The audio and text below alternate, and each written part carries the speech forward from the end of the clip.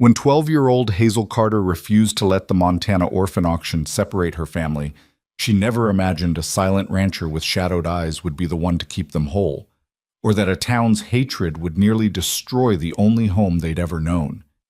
If you're ready to witness a story about 5 unwanted children, one stubborn rancher, and a fight for family that shook an entire valley, stay with me until the very end. And when you do, hit that like button and comment your city below. I want to see just how far this story travels across the world. The autumn wind cut across the makeshift platform like a blade, carrying the smell of horses, dust, and desperation. Hazel Carter stood at the front of the wooden stage, her shoulders squared despite the trembling in her knees, 4 smaller bodies pressed against her back like birds sheltering from a storm. She was 12 years old, thin as a fence post, with brown hair that hadn't seen a proper brush in weeks, and eyes that had learned too young how to assess threats. Below the platform, faces blurred together, ranchers in worn hats, townswomen in modest dresses, a few merchants looking for cheap labor. The auctioneer, a portly man named Wickham, with a voice like gravel in a tin can, cleared his throat and consulted his ledger. "Lot 17, he announced, his tone flat with routine. "The Carter children, 5 in total. Girl, age 12. Boy, age 10. Girl, age 8. Boy, age 6. Girl, age 4. Hazel felt Eli stiffen behind her left shoulder. Her brother was all sharp edges and suspicion, his jaw clenched so tight she could hear his teeth grinding. On her right, 8-year-old June pressed her face into Hazel's sleeve, her small fingers twisted in the fabric of Hazel's only dress. Behind them, 6-year-old Noah stood silent, as always, his thumb not quite in his mouth but hovering near it, a ghost of the comfort he'd been shamed out of seeking. And clinging to Hazel's skirt with both hands, 4-year-old Lily hummed tunelessly, the only one of them still young enough to not fully understand what was happening. "Now, we'll start the bidding for the older girl," Wickham continued, pointing his pencil at Hazel. "Strong-looking, capable age, good for household work, or—" "No." Hazel's voice wasn't loud, but it cut through Wickham's pitch like scissors through thread. The auctioneer paused, his jowls quivering slightly. "Excuse me?" "We stay together." Hazel lifted her chin, meeting the eyes of the crowd even as her heart hammered against her ribs. "All 5 of us. Or none of us." A ripple of reaction moved through the assembled buyers. Some amusement, some annoyance, most indifference. A woman in a blue bonnet whispered something to her husband, who shook his head and turned away. 2 ranchers near the back exchanged glances and left without another word. Wickham's face reddened. "Girl, you don't make the terms here. These good people are offering you homes, and you'd best—" "We're not cattle." Eli's voice cracked on the last word, betraying the fear beneath his anger. "And we're not splitting up." Wickham's expression hardened into something cold and administrative. "Then you'll all go back to the county home until someone decides otherwise. And I can tell you right now, 5 mouths is 4 too many for most folks looking to take in charity cases." Hazel felt June's grip tighten, felt Noah's shallow breathing against her back, heard Lily's humming falter into silence. The county home was a place of thin soup, thinner blankets, and men who smiled too much when the matrons weren't watching. They'd been there for 3 months after their mother died of fever, and their father disappeared into a bottle that became more important than his children. 3 months of slowly understanding that the world saw them as a burden to be managed, not children to be loved. "We stay together," Hazel repeated, softer this time, but no less firm. "That's not changing." The crowd was already dispersing. A few lingered out of curiosity, but most had moved on to the next lot. A single boy, 14, with broad shoulders and a dull, defeated expression. Hazel watched potential families turn their backs, watched doors close before they'd even been offered. Her throat tightened, but she refused to cry. Crying was for later, in the dark, where her siblings couldn't see. Then the crowd parted. He didn't push through. People simply moved aside as if the space around him carried weight. He was tall, probably in his mid-30s, with shoulders that spoke of hard work and a face that looked like it had forgotten how to arrange itself into anything resembling warmth. His hair was dark, touched with early gray at the temples, and his eyes were the color of winter sky, pale blue and distant. He wore work clothes, clean but worn, and moved with the quiet economy of someone who'd learned that wasted motion was wasted energy. He stopped at the base of the platform and looked up at them, his gaze moving from Hazel to Eli to June to Noah to Lily, assessing but not cruel. When he spoke, his voice was low and rough, like he didn't use it often. All 5? Wickham recovered his professional demeanor, sensing possible business. Yes, sir, Mr. Drayton, though I should mention taking on 5 children is quite an undertaking. Perhaps if you're interested in help around your ranch, the older 2 would be more practical. I asked if it was all 5. Cole Drayton's eyes didn't leave the children. Not looking for a negotiation. Wickham cleared his throat. Well, yes, the terms of the county's orphan placement program allow for... How much? The auctioneer blinked. I beg your pardon? How much to take all 5? Right now. A different kind of silence fell over the remaining crowd. Wickham shuffled his papers, his fingers leaving sweat marks on the cheap ledger paper. Mr. Drayton, the county asks for a settlement fee to cover administrative costs and to ensure proper placement. For 5 children, we're looking at, let's say, $25 per child, so $125 total, plus... Cole reached into his coat and pulled out a leather fold, extracting bills without counting them. He placed them in Wickham's pudgy hand. There's $200. That cover it? Wickham's eyes widened. Mr. Drayton, that's more than... I know what it is. Do we have an agreement or not? The auctioneer's fingers closed around the money with surprising speed. Yes, of course. I'll just need you to sign the placement papers, and the children will be released into your custody immediately. Hazel watched this exchange with the wariness of someone who'd learned that adult transactions rarely ended well for children.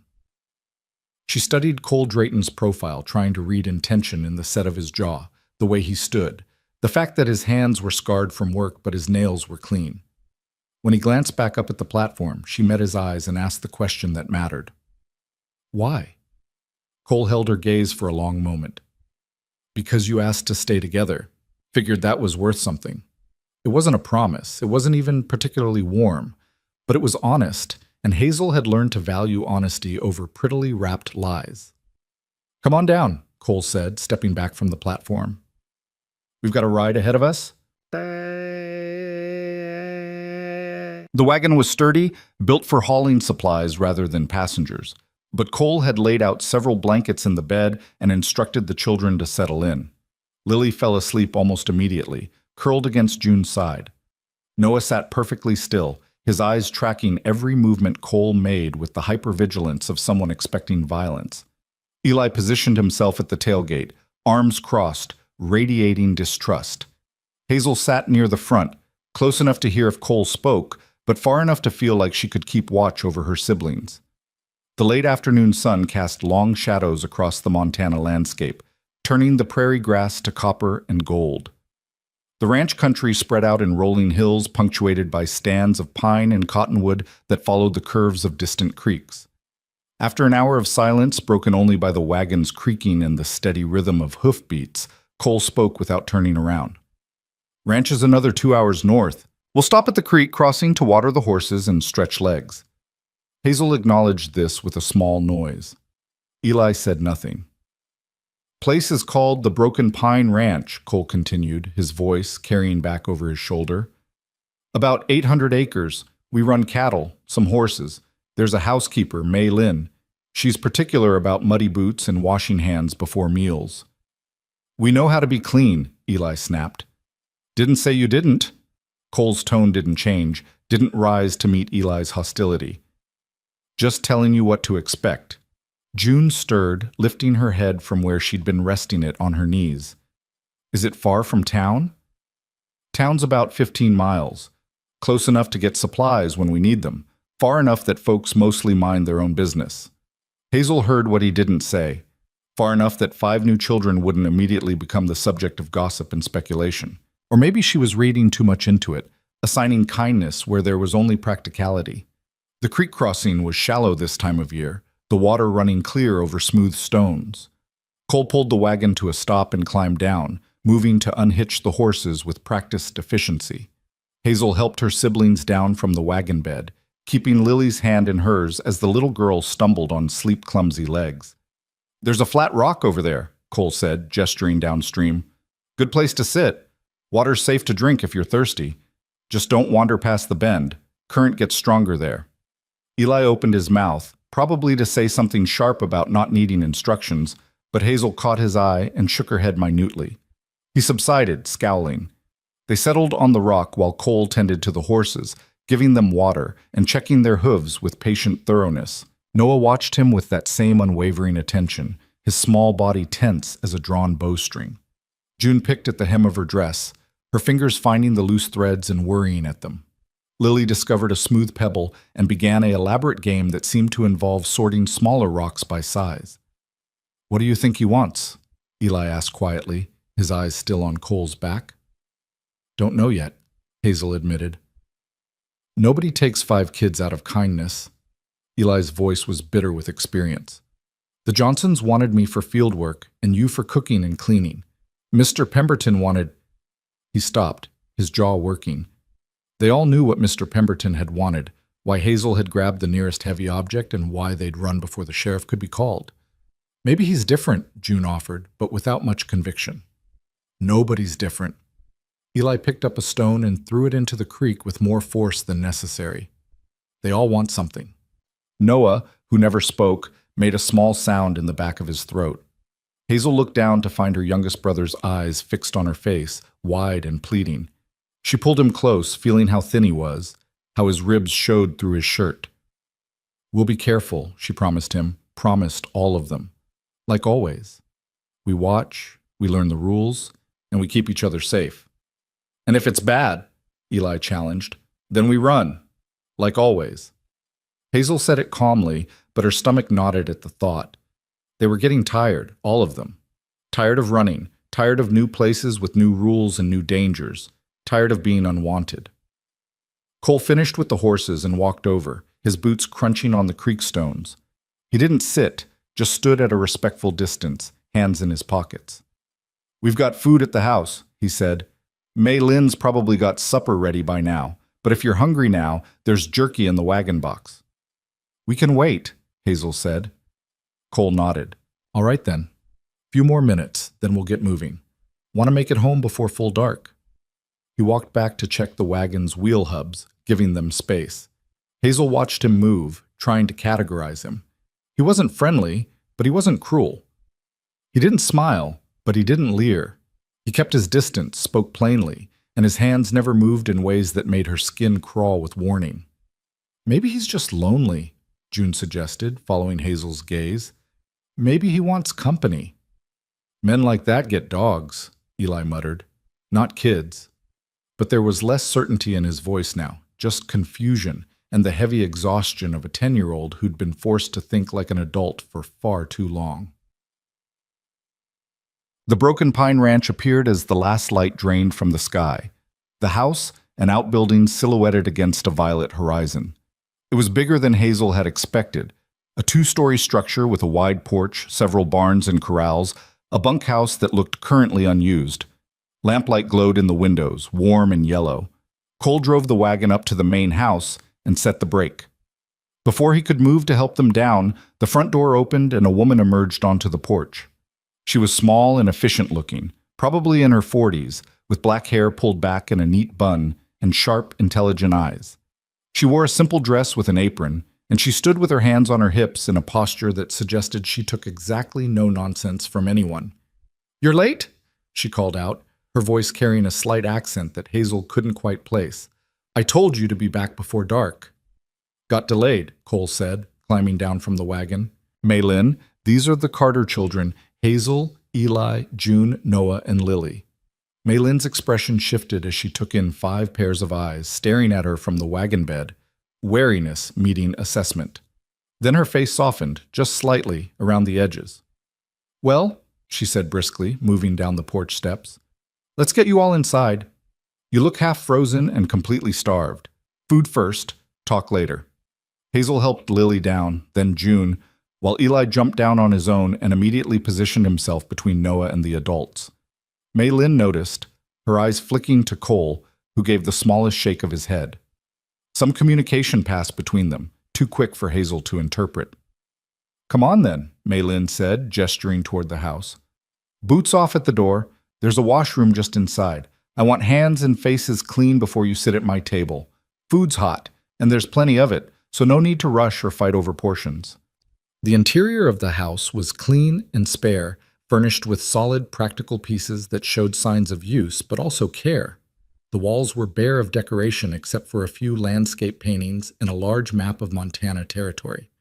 The washroom Mei Lin directed them to had a pump sink and clean towels, luxuries they hadn't encountered in months. Hazel supervised the washing, making sure Lily's hands were actually clean and not just wet, helping Noah with the pump when his small hands couldn't quite work it. Through the doorway, she could see into a dining room where a long table was set with plain dishes and serving bowls that steamed with food. When they emerged, Mei Lin was ladling stew into bowls with practiced efficiency. Cole had disappeared somewhere, his coat and hat gone from the hook by the door.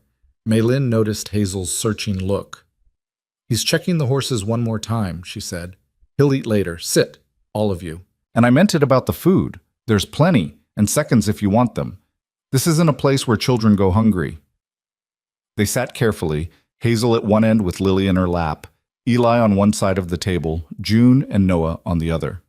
The stew smelled like heaven, rich with meat and vegetables, thick with gravy. Fresh bread sat on a cutting board, still warm. There was butter, real butter. "Go on," Mei Lin prompted, taking a seat herself. "Eat." June picked up her spoon first, her hand trembling slightly. She took a small bite, then another, then looked up at Mei Lin with something like wonder in her eyes. "It's good," she whispered. "Of course it's good," Mei Lin said matter-of-factly. "I don't cook bad food." That broke something in the careful control Hazel had been maintaining.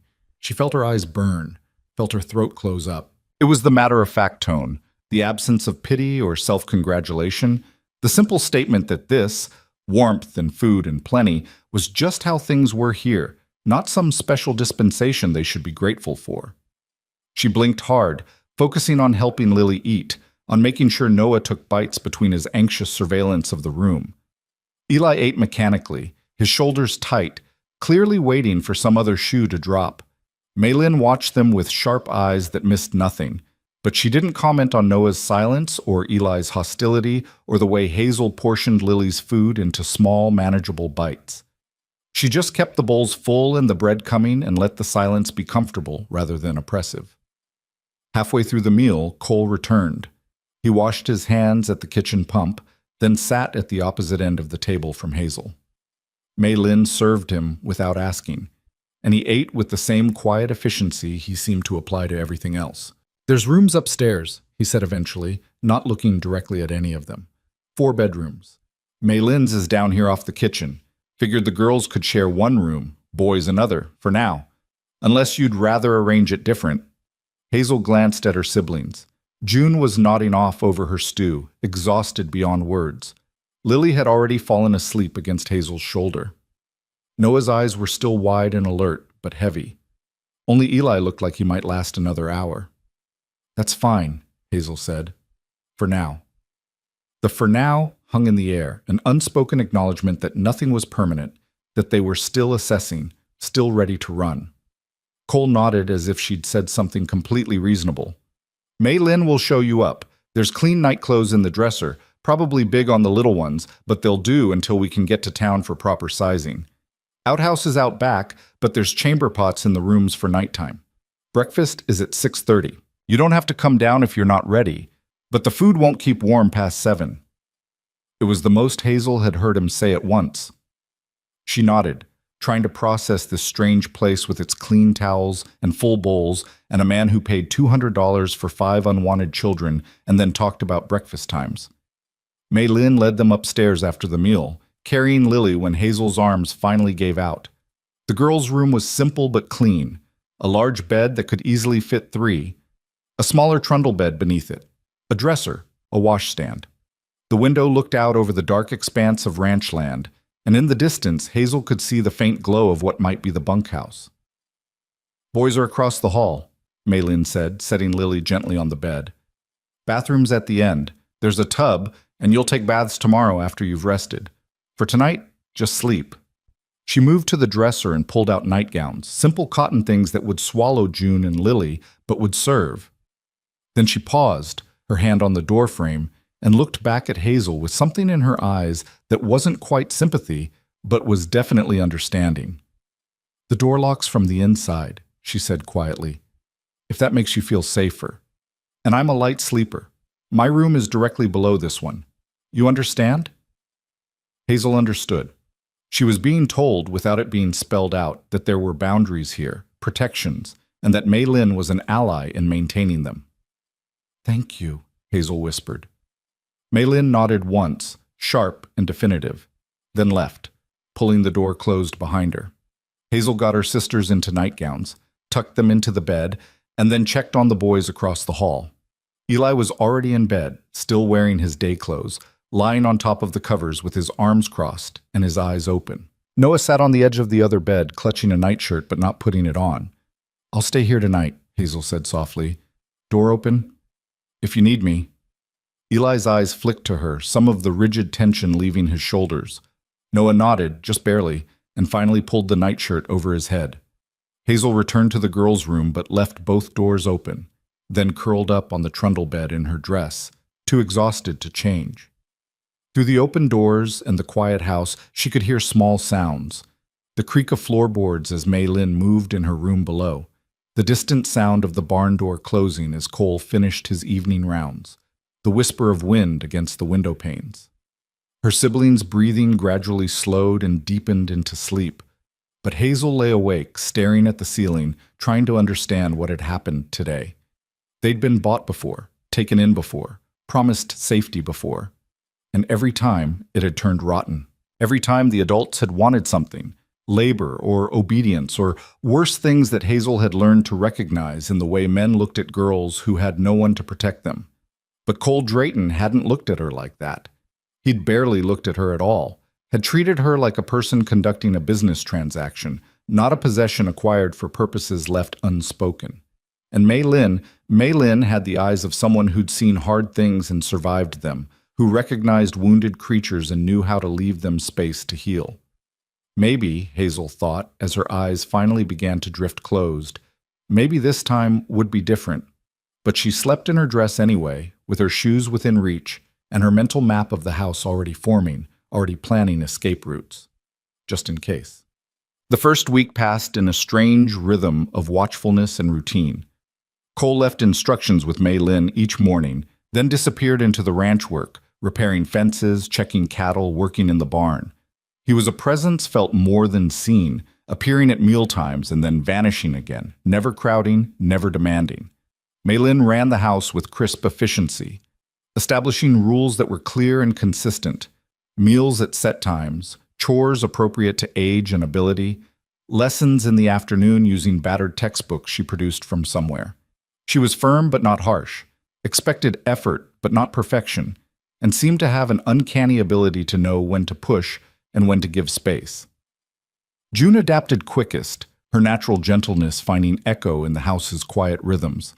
She helped Mei Lin with cooking, learned to set bread to rise, spent hours in the small library Cole apparently never used, reading everything she could reach. Lily was simply happy, fed and warm and allowed to be 4 years old. She followed Mei Lin like a duckling, chattering endlessly, and had taken to drawing pictures with charcoal on scraps of paper Mei Lin saved for her. Noah remained silent, but some of the constant tension had left his small body. He shadowed Cole when the rancher was around, watching from a careful distance as Cole worked with the horses, repaired tack, chopped wood. Cole seemed to accept this surveillance without comment, occasionally explaining what he was doing in that low, rough voice, never expecting response. Eli was the holdout, his distrust calcifying into active hostility. He did his chores with sullen precision, spoke only when directly addressed, and spent every free moment in the barn or out wandering the ranch boundaries, testing limits, looking for weaknesses. And Hazel watched everything. She cataloged the way Cole never touched them unnecessarily, how he averted his eyes when Mei Lin helped the girls with washing or dressing, how he kept his distance and his voice level. She noted that Mei Lin slept with her door open, that Cole's room was on the far side of the house from the children's rooms, that there were locks on doors and clear lines drawn. She watched for cracks in the facade, for signs that the kindness was performance, that payment would eventually be demanded for the food and shelter and clean clothes. But the cracks didn't appear. On the 8th day, a Sunday, Cole asked Hazel to walk with him to check the fence line in the north pasture. It was the first time he'd specifically requested her presence, and she felt Eli's eyes burning into her back as she followed Cole out of the yard. They walked in silence for a while, Cole's long stride slow enough that Hazel could keep pace. The November air was cold but clear, the sky that painful, brilliant blue that only comes in high country autumn. Cattle grazed in the distance, dark shapes against golden grass. "You're wondering when the other shoe drops," Cole said eventually. Hazel saw no point in lying. "Yes. And your brother thinks I have some plan that involves working you all to death or selling you off." Something like that. Cole stopped walking and turned to face her, his expression as unreadable as ever. "I'm not good with people," he said bluntly. "Maylin could tell you I lived alone here for 5 years before she showed up looking for work and refused to take no for an answer. I don't know how to be warm or comforting or any of those things children probably need." Hazel waited, sensing there was more.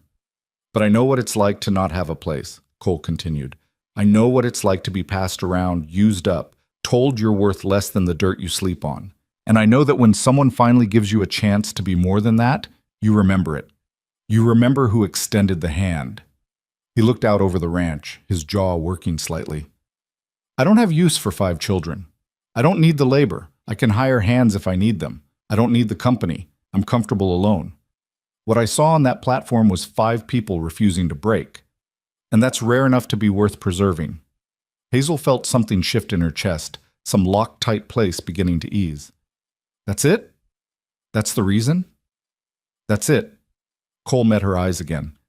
"I won't lie and say I'll be a good father. I don't know how to be that, but I can promise you safety, food, and the chance to stay together. And I can promise that as long as you want to be here, you have a place. And when we're old enough to work, when we can earn our keep, then you can choose to work the ranch if you want, or you can choose to leave and do something else. I'll teach you what I know either way, and you'll have learned skills that'll serve you anywhere. But that's years from now, and it's not conditional."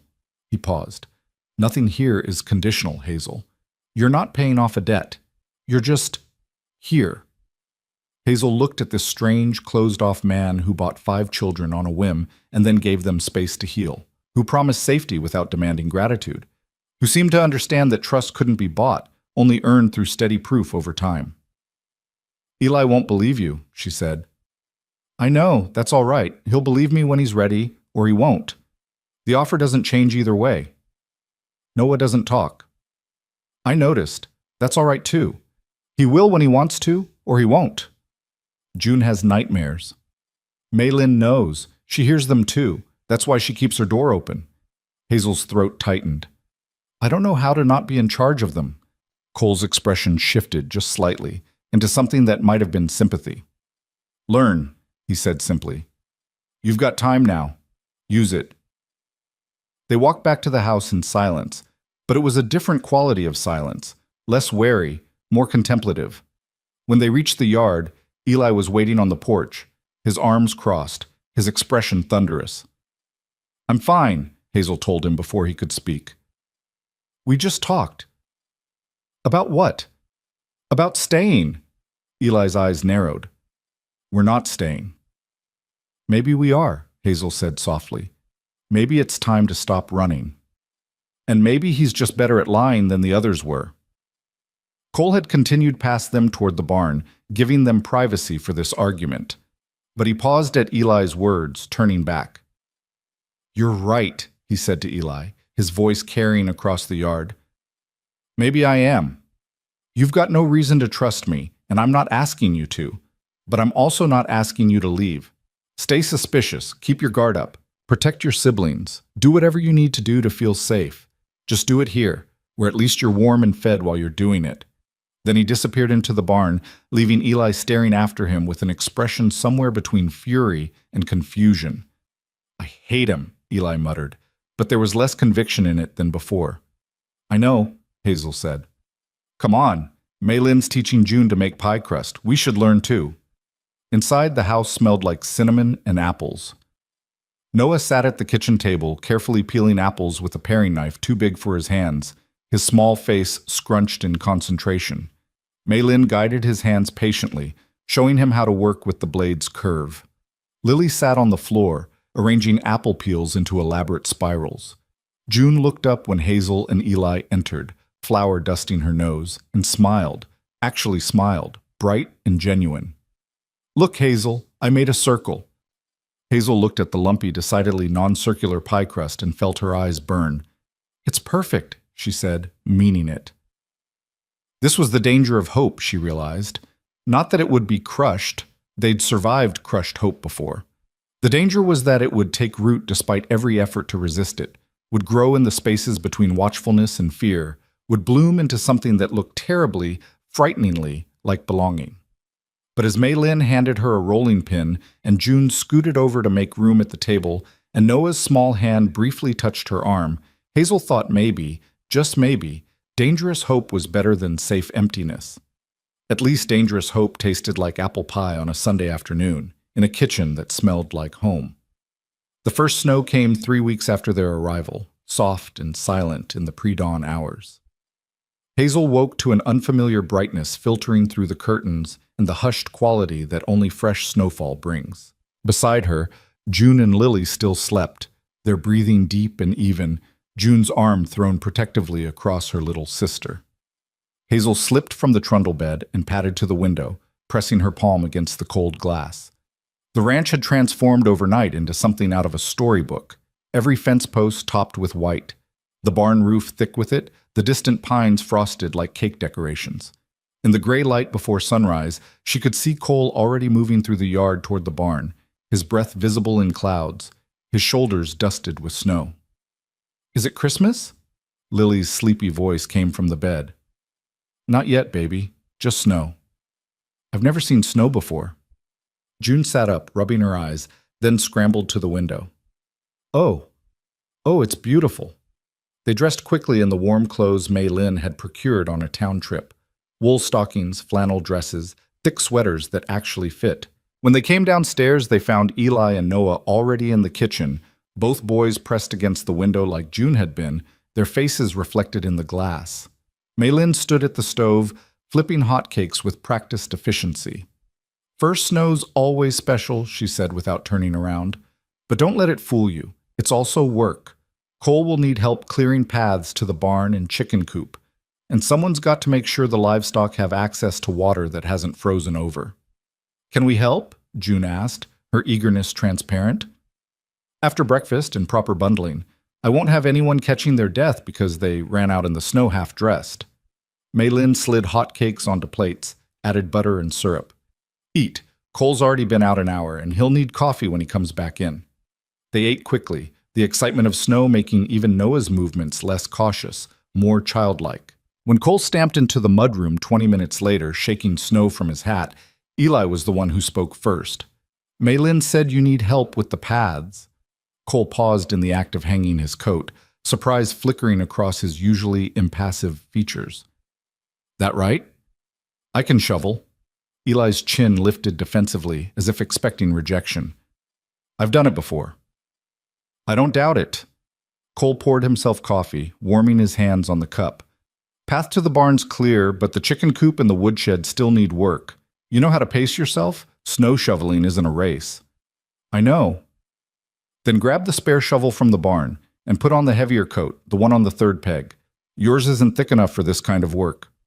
Something shifted in Eli's expression, not quite trust, but maybe the beginning of respect.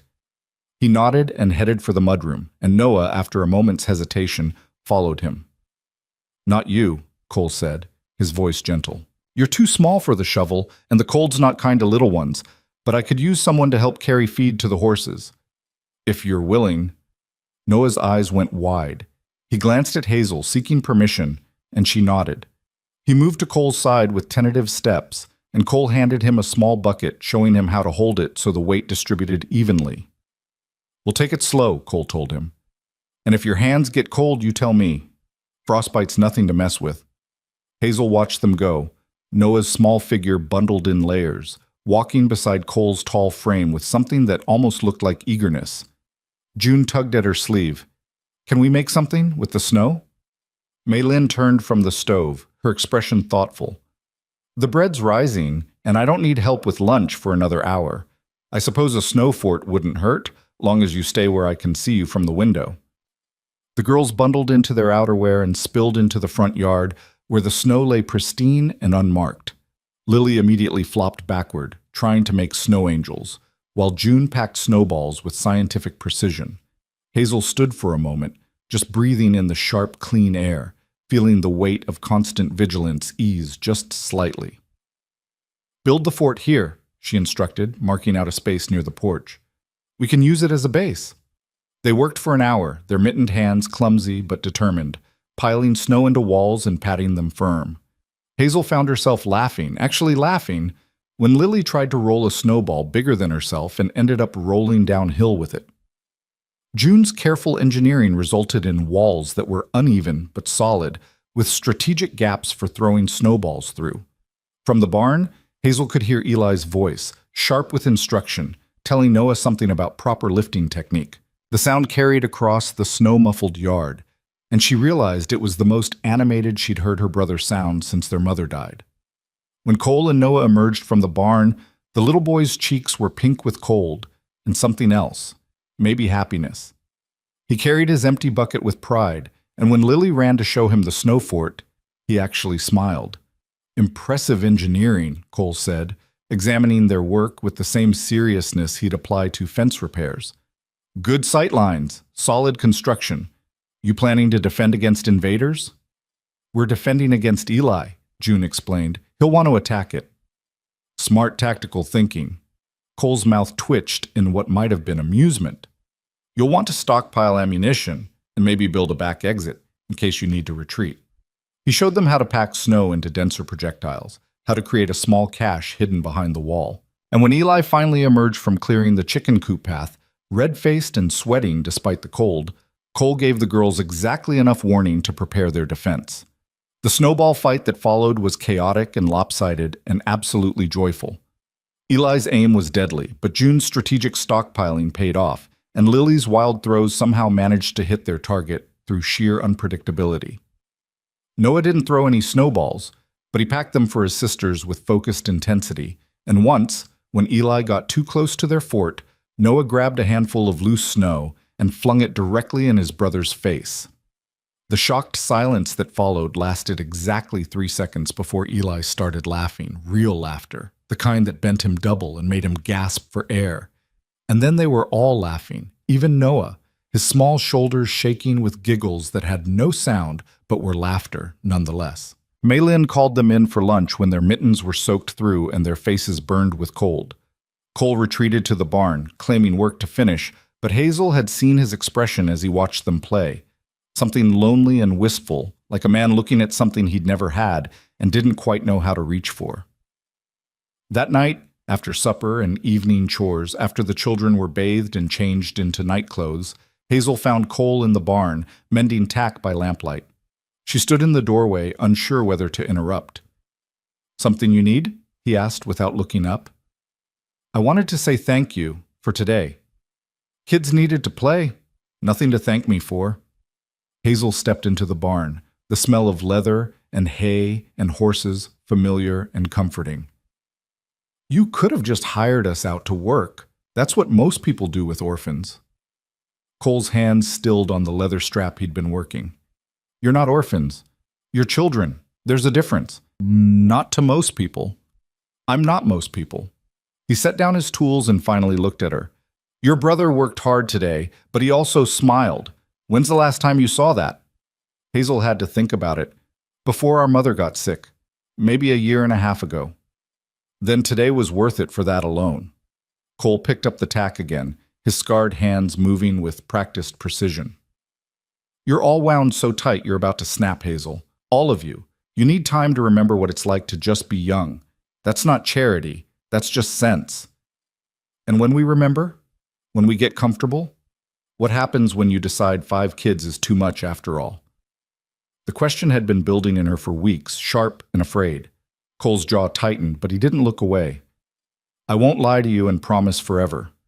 I don't know what forever looks like, but I can promise you that I won't put you back on that auction platform. If things don't work here, if you decide to leave or I decide I can't manage, we'll find something better. Together. You won't be abandoned again. It wasn't a fairy tale promise. It wasn't perfect, but it was honest, and honesty was what Hazel had learned to value above everything else. Okay, she said quietly. Okay. She turned to leave, but Cole's voice stopped her. Hazel, your brother, the way he doesn't talk. Something happened to him. It wasn't a question. Hazel felt her throat close up, felt the familiar rage and helplessness rise. At a foster placement, before we went to the county home, a man thought Noah was too loud, so he... She stopped, unable to say it. I understand. Cole's voice was very quiet. And the man? Gone before we could tell anyone. They moved us before we could press charges, said we were lying for attention. Cole's hands had gone still again, his knuckles white on the leather. When he spoke, his voice was controlled but edged with something cold and sharp. If you ever see that man again, you tell me. You understand? You tell me immediately. The protective fury in his tone surprised her. This wasn't the distant, controlled rancher. This was someone who understood what it meant to be small and powerless, and hurt by people who should have protected you. I will, Hazel promised. She left him there in the lamplight, bent over his work, and something in her chest that had been locked tight for months loosened just a fraction more. The winter deepened around them, and with it, routine became rhythm, became something almost like stability. Cole taught Eli to work with the horses, showing him how to read their moods, how to gentle them with patience rather than force. Eli fought it at first, his anger making him rough. But the horses wouldn't tolerate rough handling, and eventually he learned. June discovered Cole's untouched library and claimed it as her own, reading everything from agricultural manuals to the scattered novels that suggested someone, sometime, had lived in this house who loved stories. Maylin taught her to cook, to preserve food, to manage a household, and June absorbed it all with quiet hunger. Lily simply bloomed. She followed Maylin everywhere, chattering endlessly, making up songs and stories, drawing pictures that gradually evolved from scribbles into recognizable shapes. She called Maylin Auntie May and Cole Mr. Cole, and seemed to have completely forgotten that 3 months ago she'd been sleeping on a thin mattress in a county home, always hungry, always cold. Noah remained silent, but the terror had left his eyes. He shadowed Cole when permitted, helped with small tasks, learned to curry horses and collect eggs, and split kindling. And slowly, so slowly Hazel almost missed it. He began to make small sounds, not words, but noises of effort or surprise, or once, a hum that matched the tune Lily was singing. Hazel herself learned to breathe without constantly scanning for threats. She learned that Maylin's sharp tongue never came with a raised hand, that Cole's silences weren't brooding but simply his natural state, that the rules in this house were consistent and fair and didn't change based on adult moods. But the town was a different matter entirely. The first time they went into town as a family was in mid-December, when Cole decided they needed proper winter clothes, and Maylin declared the children needed to be measured for church clothes, whether they attended church or not. They piled into the wagon, all 5 children, Maylin and Cole, and made the 15-mile journey to Silverton, the nearest settlement of any size. Silverton was a typical Montana town, built around ranching and mining, with a main street of false-fronted buildings and side streets of modest homes. The general store anchored one end of town, the saloon the other, with a church, schoolhouse, and assorted businesses in between. The stairs started the moment they climbed down from the wagon. Hazel felt them like physical weight, the way conversations stopped when they passed, how women clutched their children closer, how men exchanged significant looks. She heard the whispers, not quite quiet enough. That's Cole Drayton. Heard he took in 5 orphans. 5? What's a bachelor want with 5 children? Probably got them cheap, free labor. I heard they're wild, completely unmanageable. Maylin's spine straightened, her jaw setting in a way Hazel had learned meant trouble for anyone fool enough to push. Cole's expression didn't change at all, but his hand came to rest briefly on Hazel's shoulder, a gesture of solidarity, of protection. They entered the general store, and the merchant, a portly man named Henderson, greeted Cole with professional courtesy that didn't quite reach his eyes. "Mr. Drayton, I heard you'd taken on some wards." "These are the Carter children," Cole said evenly. "They need winter clothes, full outfits for each, plus extras. And shoes, growing children's feet, so account for that." Henderson's gaze swept over them with unconcealed assessment. "That'll be a considerable expense." "I'm aware. Can you manage it, or should I take my business elsewhere?" The merchant's expression soured, but he gestured toward the ready-made section. "I can manage it, though I'll need to special order the smaller sizes. We don't often stock children's clothing in quantity." Maitland took charge of the measuring and selecting, her sharp eyes missing nothing, rejecting anything of inferior quality or improper fit. June stood patiently for the measuring tape, but Eli radiated hostility, his fists clenched at his sides. Noah pressed close to Hazel, his breathing shallow. A woman entered the store, middle-aged, expensively dressed by frontier standards, with a face that looked like it had been carved from granite and then trained to express disapproval. She swept the children with a glance that was both invasive and dismissive. "Cole Drayton," she said, her voice carrying. "I heard the rumors, but I confess I didn't quite believe them." "Mrs. Halston," Cole's tone cooled perceptibly. "Didn't realize my household arrangements were subject to public referendum. When it involves the moral character of our community, everything is subject to scrutiny." Vera Halston stepped closer, her skirts rustling with aggressive propriety. "5 children, Cole, unchaperoned with a bachelor. They're chaperoned by Mei Lin, as you can plainly see, and I don't recall asking for your opinion on the matter. A Chinese housekeeper is hardly proper supervision." Vera's eyes swept to Mei Lin with open contempt. "This situation is inappropriate at best, and at worst, well, people talk." Mei Lin's hand stilled on the measuring tape she'd been using on June. When she spoke, her voice was quiet, but edged like a blade. "People always talk, Mrs. Halston. Usually it's because their own lives are too empty to be interesting." Vera's face flushed. "How dare you?" "That's enough." Cole's voice cut through the rising tension. "My arrangements are legal and proper, filed with the county and approved by the judge who oversees orphan placements. If you have concerns, take them up with Judge Morrison. Otherwise, I'd appreciate you keeping your speculation to yourself." "I'm not the only one concerned, Cole. Others have noticed. Others are asking questions." "Then let them ask." Cole turned his back on her, a deliberate dismissal. "Henderson, wrap up what we've selected and send the bill to the ranch. We'll take the items that fit now. The rest can be delivered when they arrive." They left the store with 2 parcels and Vera Halston's poisonous glare burning into their backs. The children were silent on the walk back to the wagon, the joy of new clothes overshadowed by the encounter. Hazel saw how Eli's shoulders had gone rigid again, how Noah had retreated into himself, how even Lily sensed the tension and clung to June's hand. Cole loaded the parcels with controlled movements, his jaw tight. Mei Lin climbed into the wagon with unusual force, her expression thunderous. "That woman," Mei Lin hissed, "is a viper in church clothes." "She's influential," Cole said quietly. "She sits on half the town committees and has the ear of most of the prominent families." "Then the prominent families are fools." They rode in silence for a while, the town falling away behind them, replaced by open country and the clean sweep of winter wind. Finally, June spoke up, her voice small. "Are we making trouble for you, Mr. Cole?" Cole's hands tightened on the reins, but he didn't turn around. "You're not making trouble, June. Some people make their own trouble, then try to blame others for it." "But that lady said—" "That lady," Mei Lin interrupted sharply, "is angry because her own life didn't turn out the way she wanted, and she thinks making others miserable will somehow make her feel better. It won't. It never does. But that doesn't stop people from trying." Eli shifted in the wagon bed, his voice carefully neutral. "We could leave, if it's going to cause you problems." "Where would you go?" Cole asked. "I don't know. Somewhere." "Somewhere," Cole repeated. "That's worked out well for you so far, has it?"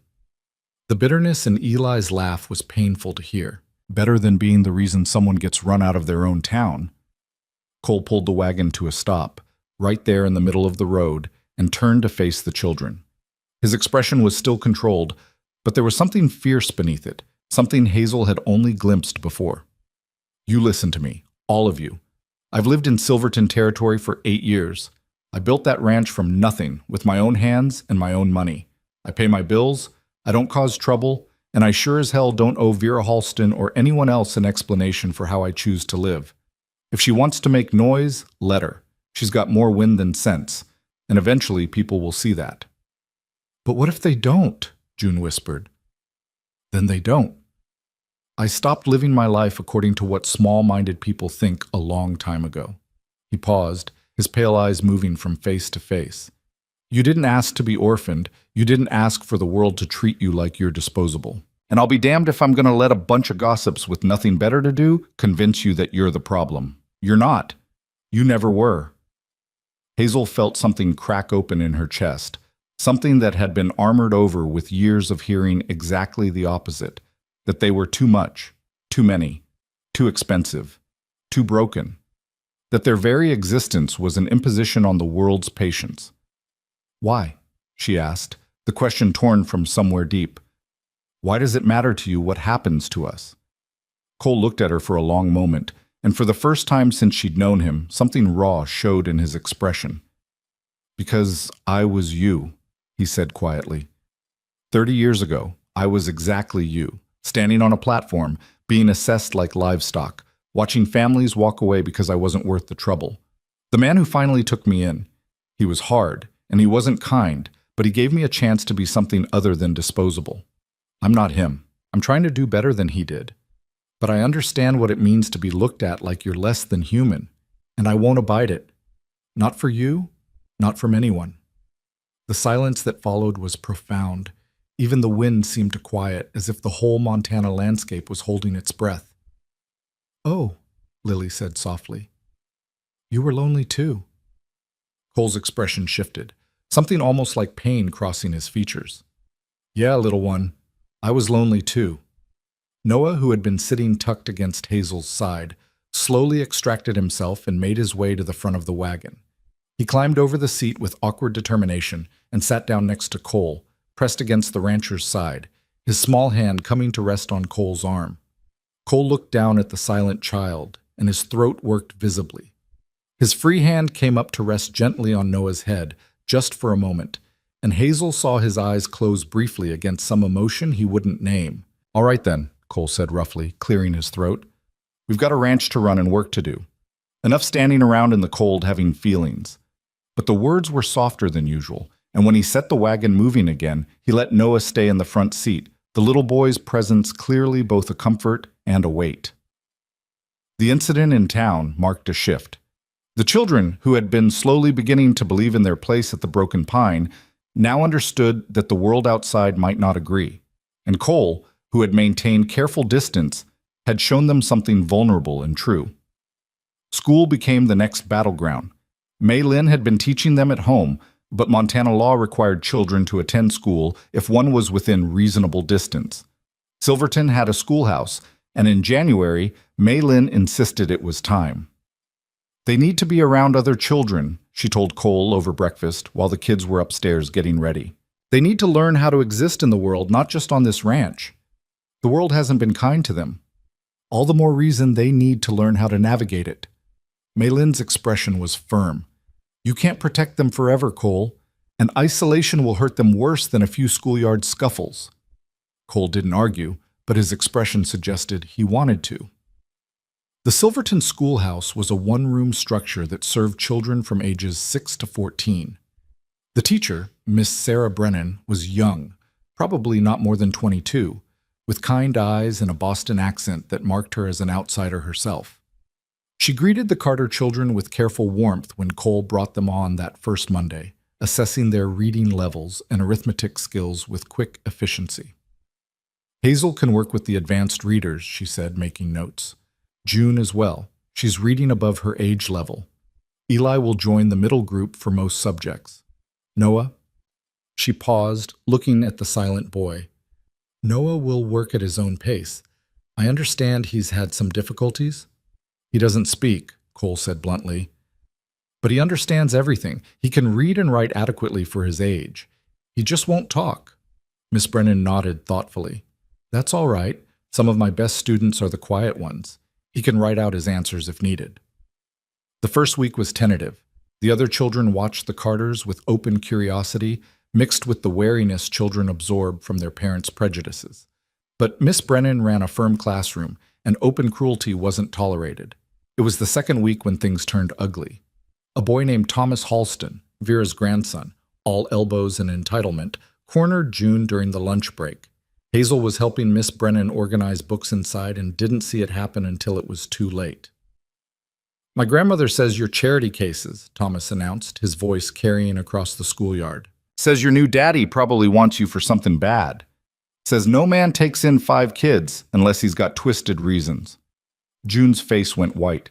She clutched her lunch pail tighter, trying to step around Thomas, but he blocked her path. Says you're probably lying about how he treats you. Says someone should check on you girls. Make sure you're not... He didn't get to finish the sentence. Hazel hit him from the side, her small fist connecting with his jaw hard enough to knock him down. Then she was on top of him, all elbows and fury, landing blows wherever she could reach. "Don't you talk about us!" she screamed, months of controlled fear and anger finally finding an outlet. "Don't you dare!" Strong hands pulled her off, and she fought them too until she realized it was Eli, his voice urgent in her ear. "Hazel, stop! Stop! You're making it worse!" She stopped struggling, breathing hard, and looked around at the circle of children watching with wide eyes. Thomas was crying, his nose bleeding, scrambling backward in the dirt. And standing in the doorway of the schoolhouse, her face pale with shock, was Miss Brennan. "Inside," the teacher said quietly. "Hazel, inside, right now." Hazel went, her hands shaking, June right behind her. Miss Brennan closed the door and stood there for a moment, gathering herself. "I won't have violence in my schoolyard," she said finally, "regardless of provocation." "He said," Hazel started, but Miss Brennan held up a hand. "I know what he said. I heard the end of it, and it was cruel and inappropriate, and I'll be addressing that with Thomas separately. But you cannot hit other students, Hazel. You simply cannot." "He was talking about Mr. Cole like we were..." Hazel couldn't get the words out, couldn't articulate the particular horror of what Thomas had been implying. Miss Brennan's expression softened slightly. "I understand. But you need to learn other ways to handle that, because this won't be the last time someone says something cruel. And if you respond with your fists every time, you'll be the one labeled as the problem, not them. That's not fair, but it's true. So what am I supposed to do? Just let them say it? You come to me. You tell me and I handle it. That's why I'm here." Miss Brennan crouched down to Hazel's level. "I know you're used to fighting your own battles. I know you've had to protect your siblings on your own, but you're not on your own anymore. You have adults who will stand up for you. You have to let us." Hazel wanted to believe her, but adults had been saying things like that her whole life, and most of them had proved useless when it mattered. "Will you tell Mr. Cole?" June asked nervously. "I have to. He's your guardian, and there was a physical altercation. He needs to know." Hazel felt her stomach drop. Cole had taken them in, protected them, given them a home, and she'd repaid him by starting a fight that would only fuel the gossip Vera Halston was spreading. When Cole arrived to collect them that afternoon, his face was unreadable. He listened to Miss Brennan's account in silence, thanked her, and loaded the children into the wagon without comment. The ride home was tense and quiet, Hazel's dread growing with every mile. At the ranch, he sent the other children inside with Mei Lin, then gestured for Hazel to follow him to the barn. She went, her heart pounding, preparing for anger or disappointment, or worse, the quiet statement that she'd finally pushed too far, that 5 children was too much trouble after all. Cole closed the barn door and turned to face her, his arms crossed. "Tell me what happened." Hazel recited the events mechanically, leaving nothing out. When she finished, Cole was quiet for a long moment. "You know fighting isn't the answer." "Yes, sir." "You know it's going to make things harder, give people more ammunition to use against us." "Yes, sir." You know Miss Brennan could have expelled you, sent you back to the county home. Hazel's breath caught. Is that... Are you... No. Cole's voice gentled slightly. I'm not sending you anywhere. I'm trying to make you understand the stakes. I understand the stakes. The words burst out of her, sharp with frustration. I understand that people think I understand what they're saying, and I can't just stand there and let them say it. Why not? The question caught her off guard. Because it's lies. So, let them be lies. Let people think what they want. Why does it matter? Because... Hazel struggled to articulate the tangled mess of fear and anger and fierce protectiveness. Because you gave us a home, and they're trying to make it dirty. They're trying to make it into something ugly and wrong, and it's not. It's the first place we've ever felt safe, and I won't let them ruin it. Her voice cracked on the last word, and suddenly she was crying, great gulping sobs that she'd been holding back for weeks. Cole stood there looking awkward and uncertain, clearly out of his depth with a crying child, before finally stepping forward and resting one hand on her shoulder. Listen to me, he said quietly. People like Vera Halston, they're going to talk no matter what you do. You could be perfect, never put a foot wrong, and they'd still find something to criticize. That's not about you. It's about them needing to feel superior, needing to have someone to look down on. You can't fight that with your fists. All you can do is live your life in a way you're proud of and let their words fall away like rain off a roof. But they're hurting you, your reputation. Cole actually smiled at that, a bitter twist of his mouth. Hazel, I don't have a reputation to protect. I'm a loner who lives 15 miles from town and barely speaks to anyone. I've never tried to be part of their community, never cared what they thought of me. That hasn't changed just because you're here now. But nothing. You want to protect me? Then focus on learning, on growing up strong and capable. Show them that children who've been through hell can still become decent human beings. That's the best revenge there is, proving them wrong just by existing and thriving. Hazel wiped her eyes with her sleeve, trying to absorb this. I'm sorry I hit him. I know, and you'll apologize to Miss Brennan and to Thomas, even though he deserved it. Not because what he said was acceptable, it wasn't, but because you need to learn how to take the high road even when it's hard, especially when it's hard. What if I can't? Cole's hand squeezed her shoulder briefly. Then you try again and again, until it gets easier. That's all any of us can do. They stood there in the dusty barn light, the weight of the conversation settling around them. Finally, Hazel took a shaky breath and nodded. Okay, I'll try. That's all I ask. Cole stepped back, his usual distance reasserting itself.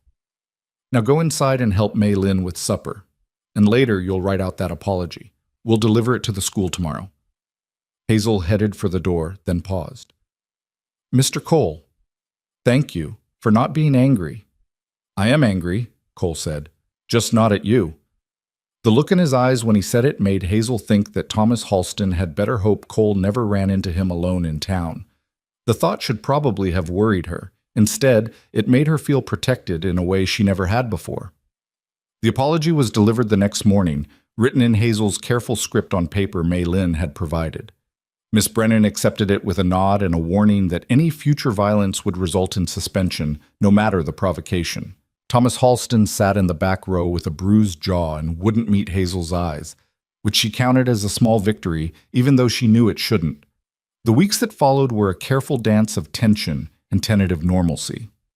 At school, the Carter children kept to themselves during breaks, forming a tight unit that other students observed but rarely penetrated.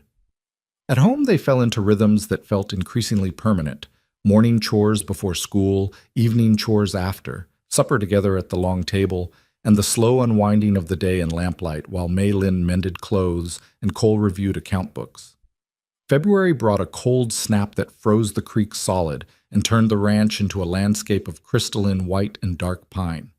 Cole spent long hours breaking ice for the cattle, and Eli began accompanying him without being asked, learning the hard work of keeping livestock alive through Montana winter. The boy's anger was transforming into something else, something more like purpose, though he still carried wariness in the set of his shoulders and the way he watched Cole when he thought the rancher wasn't looking. It was during this cold spell that Noah finally spoke. They were in the barn on a Saturday afternoon, all 5 children helping Cole muck out stalls while Mei Lin worked on mending tack. Lily was singing one of her nonsense songs. June was explaining something about the book she'd been reading, and Eli was complaining about the smell. Noah stood in the corner of the stall he'd been assigned, pitchfork in his small hands, working with methodical determination. One of the barn cats, a half-wild orange tom that usually avoided human contact, wandered into the stall and wound itself around Noah's legs. The boy froze, looking down at the cat with wide eyes. The tom purred, loud as a motor, and bumped its head against Noah's shin. "Cat likes you," Cole observed from the next stall over, his voice casual. Noah set down the pitchfork very carefully and crouched, extending one trembling hand toward the cat. The tom sniffed his fingers, then allowed itself to be petted, its purr intensifying. Noah's face transformed with something like wonder, and his mouth opened. "Orange," he whispered, the word barely audible but unmistakable. Every pitchfork in the barn went still. Hazel's heart stopped, then started again with painful force. June's hands flew to her mouth. Eli turned so fast he nearly dropped his tool. Cole moved into Noah's stall with slow, careful steps, as if approaching a spooked horse. He crouched down beside the boy, not touching, just present. "That's right," he said quietly. "Orange. Good strong color for a cat." Noah's fingers tangled in the tom's fur, and he looked up at Cole with eyes that were still frightened but also hopeful, testing to see if this small act of speech would bring punishment or mockery or the cruel laughter that had silenced him in the first place. Cole's expression remained steady, calm, giving nothing but acceptance. "You want to name him? Cat's been hanging around for months, but he hasn't got a proper name yet." Noah's mouth worked, forming shapes around sounds that wanted to emerge but couldn't quite make it. Finally, he managed another whisper. "Orange."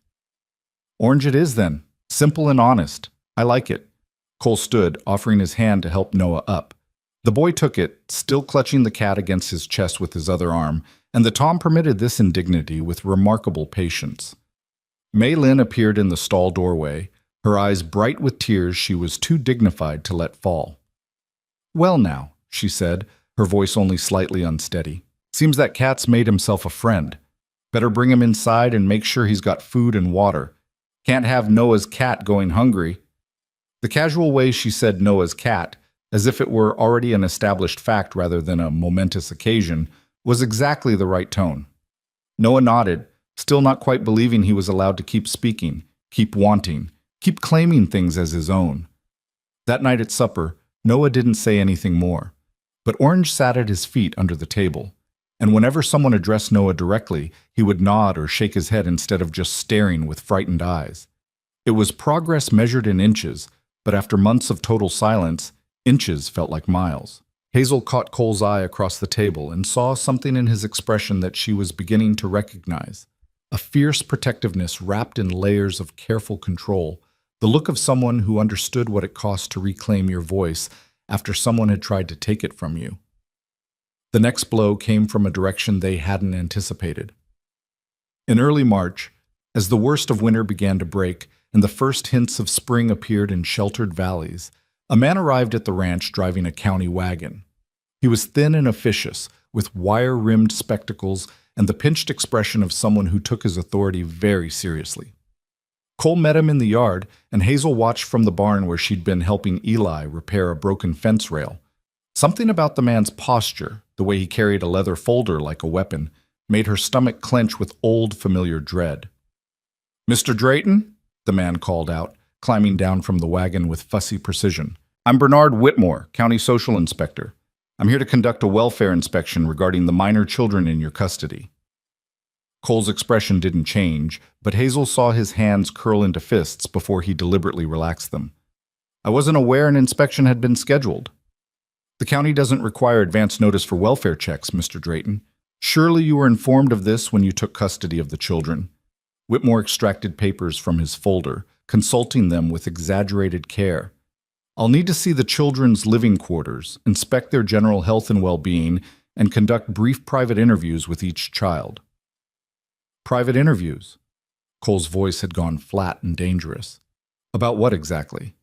Standard questions regarding their treatment, their daily routines, whether they feel safe and adequately cared for. Whitmore looked up from his papers, his eyes cold behind the spectacles. Surely if everything is as it should be, you have no objection to cooperating fully. I have no objection to transparency. I have significant objections to some stranger interrogating traumatized children without support present. The interviews must be conducted without the guardian present to ensure honest answers, Mr. Drayton. That's protocol. Maylin had emerged from the house, wiping her hands on her apron, her sharp eyes taking in the situation with quick assessment. What's this about? County inspection, Cole said shortly. Apparently we've been reported as potentially inadequate guardians. Reported by whom? Maylin's voice could have cut glass. I'm not at liberty to disclose the source of complaints, ma'am, but rest assured the county takes all reports of child welfare concerns very seriously. Hazel didn't need to be told who had made the report. Vera Halston's vindictive satisfaction was practically visible in the air, a poisonous presence that had followed them from town and manifested now in this bureaucrat with his papers and his power to destroy everything they'd built. You'll want to call the children in, Whitmore continued, already moving toward the house as if he owned it.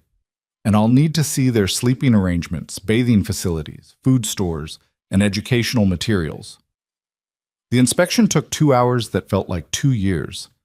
Whitmore examined every corner of the house with suspicious attention, made notes about everything from the number of blankets on the beds to the contents of the pantry. He questioned Maylin about her background and qualifications, his tone suggesting he found a Chinese housekeeper inherently suspect. He measured the distance between Cole's bedroom and the children's rooms, as if proximity itself were evidence of wrongdoing. Then came the interviews. Lily went first, too young to understand the danger, chattering about Orange the cat and Auntie May's cooking and the snow fort they'd built. Whitmore's expression suggested he found her cheerfulness suspicious rather than reassuring. June went next, her hands twisted together with nerves, answering questions in a small voice about school and chores and whether Mr. Cole ever came into the girls' room. The implication in that question made Hazel's skin crawl, made her want to grab June and run, but she forced herself to stay still, to let her sister handle it. When June emerged, her face was pale but composed. He asked horrible things, she whispered to Hazel, things that made Mr. Cole sound like a monster. I told him the truth, but I don't think he believed me. Eli's interview lasted longer, his natural hostility working against him as Whitmore probed for evidence of excessive labor, physical punishment, or neglect. When Eli finally came out, he was shaking with suppressed rage. He wanted me to say Cole beats us, Eli hissed. Kept asking leading questions, trying to get me to agree that the work is too hard, that we're scared, that we're not properly supervised, like he already decided what the answer should be and was just waiting for me to say it. Noah refused to go in at all. He pressed himself against Hazel's side, trembling, and when Whitmore tried to insist, Cole stepped between them. The boy doesn't speak, Cole said flatly. You were informed of this in the case file. You can observe him, but you will not force him into a situation that terrifies him. I need to ensure he hasn't been silenced through abuse, Mr. Drayton. Cole's voice went very quiet, very controlled. If you're suggesting what I think you're suggesting, you can take your implications and get off my property right now. That child's silence has nothing to do with me or this household, and everything to do with what was done to him before he got here. His caseworker documented it. Check your files. Whitmore did check, his mouth thinning with displeasure when he found the notation. Very well, but I'll still need to interview the oldest girl. Hazel went into the parlor where Whitmore had set up his papers, her spine straight and her mind racing. She'd talked her way through child welfare interviews before, knew the right answers, the careful balance between honesty and self-preservation. But this felt different. This felt like a trap closing around them, and she didn't know how to spring it. Whitmore gestured for her to sit, then consulted his notes with maddening slowness. Hazel Carter, age 12. You're the eldest of the siblings. Yes, sir. And you've taken on significant responsibility for your younger siblings, I understand. I've always looked after them, sir. That's what older sisters do.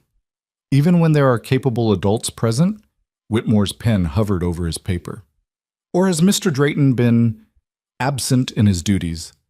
Mr. Cole provides everything we need, Hazel said carefully. Food, clothing, shelter, education. Maylin helps with daily care, but I still help my siblings because I want to, not because I have to. I see. And Mr. Drayton, does he ever make you uncomfortable, ask you to do things that feel wrong or inappropriate? The question landed like a slap. Hazel felt heat rise in her face, fury and humiliation warring in her chest. No, sir, never. You can tell me if he has. You won't get in trouble. We're here to protect you. Protect us from what? From having enough to eat? From sleeping in warm beds? From going to school and learning to read better than most adults in this territory? Hazel's voice rose despite her efforts to control it. You want to protect us? Then leave us alone. Stop trying to find problems that don't exist just because some spiteful woman doesn't like that we're happy. Whitmore's expression hardened. That's quite an accusation, young lady. It's the truth. Mrs. Halston doesn't think Mr. Cole should have us, so she's making trouble. And you're helping her do it by coming here with your questions that already assume he's done something wrong. I'm simply doing my job. Your job is supposed to be protecting children, but you're not protecting us. You're threatening the only good thing that's happened to us in years. Hazel stood up, her chair scraping against the floor. Are we done, sir? Because I have chores to finish. Sit down, Miss Carter. We're not finished until I say we are. Actually, I believe we are. Cole's voice came from the doorway, cold and controlled. Unless you have specific allegations supported by evidence, I'm terminating this inspection. You've seen the house, interviewed the children, and found nothing that warrants further intrusion into our lives. Whitmore gathered his papers with sharp, angry movements. I'll be filing a comprehensive report with the county, Mr. Drayton, and I should warn you that my initial observations raise significant concerns about the appropriateness of this placement. File whatever report you like. I have receipts for every expense, documentation of medical care, school attendance records, and character references from Miss Brennan and several other community members. Unless you have actual evidence of wrongdoing, which you don't, your concerns will amount to exactly nothing. We'll see about that. Whitmore snapped his folder shut and stood. The county has the authority to remove children from unsuitable placements regardless of your documentation. They also have an obligation to act in the children's best interests. Taking 5 siblings who are healthy, educated, and thriving and throwing them back into the system would be the opposite of that. Any judge with sense will see it. Whitmore's smile was thin and vindictive. Judge Morrison is very concerned about moral propriety, Mr. Drayton. Very concerned indeed, especially when it involves vulnerable young girls in close proximity to unmarried men. He left with that parting shot, climbing into his wagon and driving away at a pace that suggested he couldn't wait to deliver his damning report. The moment he disappeared from view, the careful control Cole had been maintaining cracked. He slammed his fist against the doorframe with enough force to make the whole porch shake, then stood there breathing hard. His jaw clenched so tight Hazel could see the muscle jumping. Maylin materialized at his elbow, her hand on his arm. Don't, she said quietly. Don't give them the satisfaction of seeing you lose control. They're going to take them. Cole's voice was rough with something that might have been fear. Vera got to Whitmore somehow, convinced him we're running some kind of immoral household. And Morrison, he's traditional, conservative, values appearance over substance. If Vera makes enough noise, if she gets enough of the town behind her, then we fight. Maylin's grip tightened. We get a lawyer, we present evidence. We make them see reason. And if that doesn't work? The silence that followed was terrible. Hazel stood in the parlor doorway with her siblings clustered behind her, all of them understanding that the temporary safety they'd found was more fragile than they'd realized, that the adult world with its rules and prejudices could reach into their haven and tear it apart without caring about the damage left behind. Cole seemed to remember they were there. He turned, and the naked worry in his expression before he shuddered it away made Hazel's chest ache. This isn't over, he said, and she didn't know if he was talking to them or to himself. I won't let them take you without a fight. I promise you that. But Hazel had heard adults make promises before, and she knew how easily they broke when outside pressure became too great. The week that followed was tense with waiting. Cole made a trip to Silverton to consult with the town's only lawyer, a man named Douglas Pike, who specialized in property disputes and mining claims, but agreed to take the case. Maylin began organizing documents with systematic precision: medical records, school reports, expense ledgers that showed exactly how much Cole had invested in the children's welfare. At school, the whispers intensified. Thomas Halston spread rumors that the Carter children were about to be removed for their own protection, that everyone had been right about Cole Drayton being unsuitable. Other children began avoiding the Carters during breaks, as if whatever scandal surrounded them might be contagious. Only Miss Brennan remained steadfast. She pulled Hazel aside one afternoon after lessons and spoke in a low, urgent voice.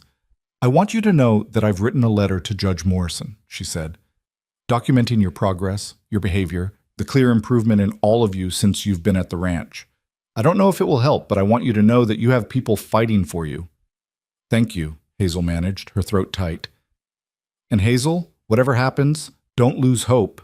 I've seen children in much worse situations come through stronger. You're resilient, all of you. That counts for something."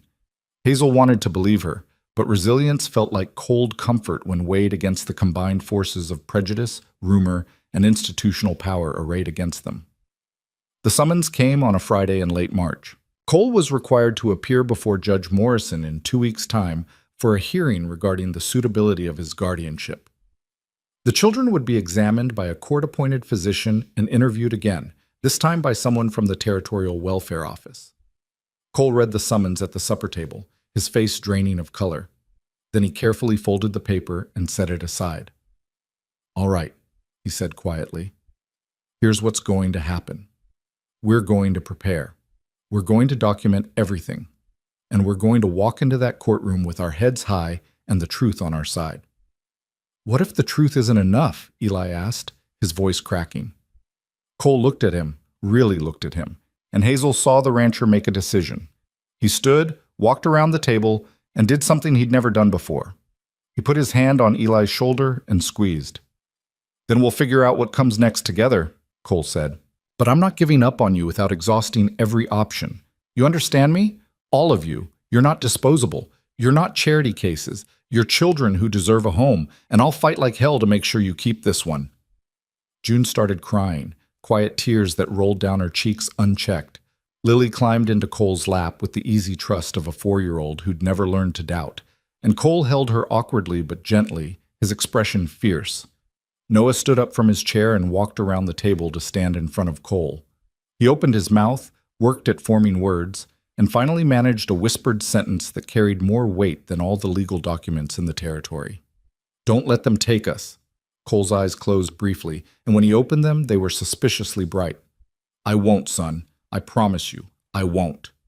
It was a promise he had no guarantee he could keep, and they all knew it. But in that moment, in the lamplight of the kitchen, with the Montana wind howling outside and the warmth of the stove at their backs, it was enough to hold on to.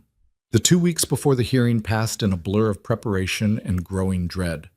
The court-appointed physician, an elderly doctor named Ashford, who'd been practicing in the territory for 40 years, examined each child with gentle thoroughness and declared them all remarkably healthy for children who'd spent time in the county system.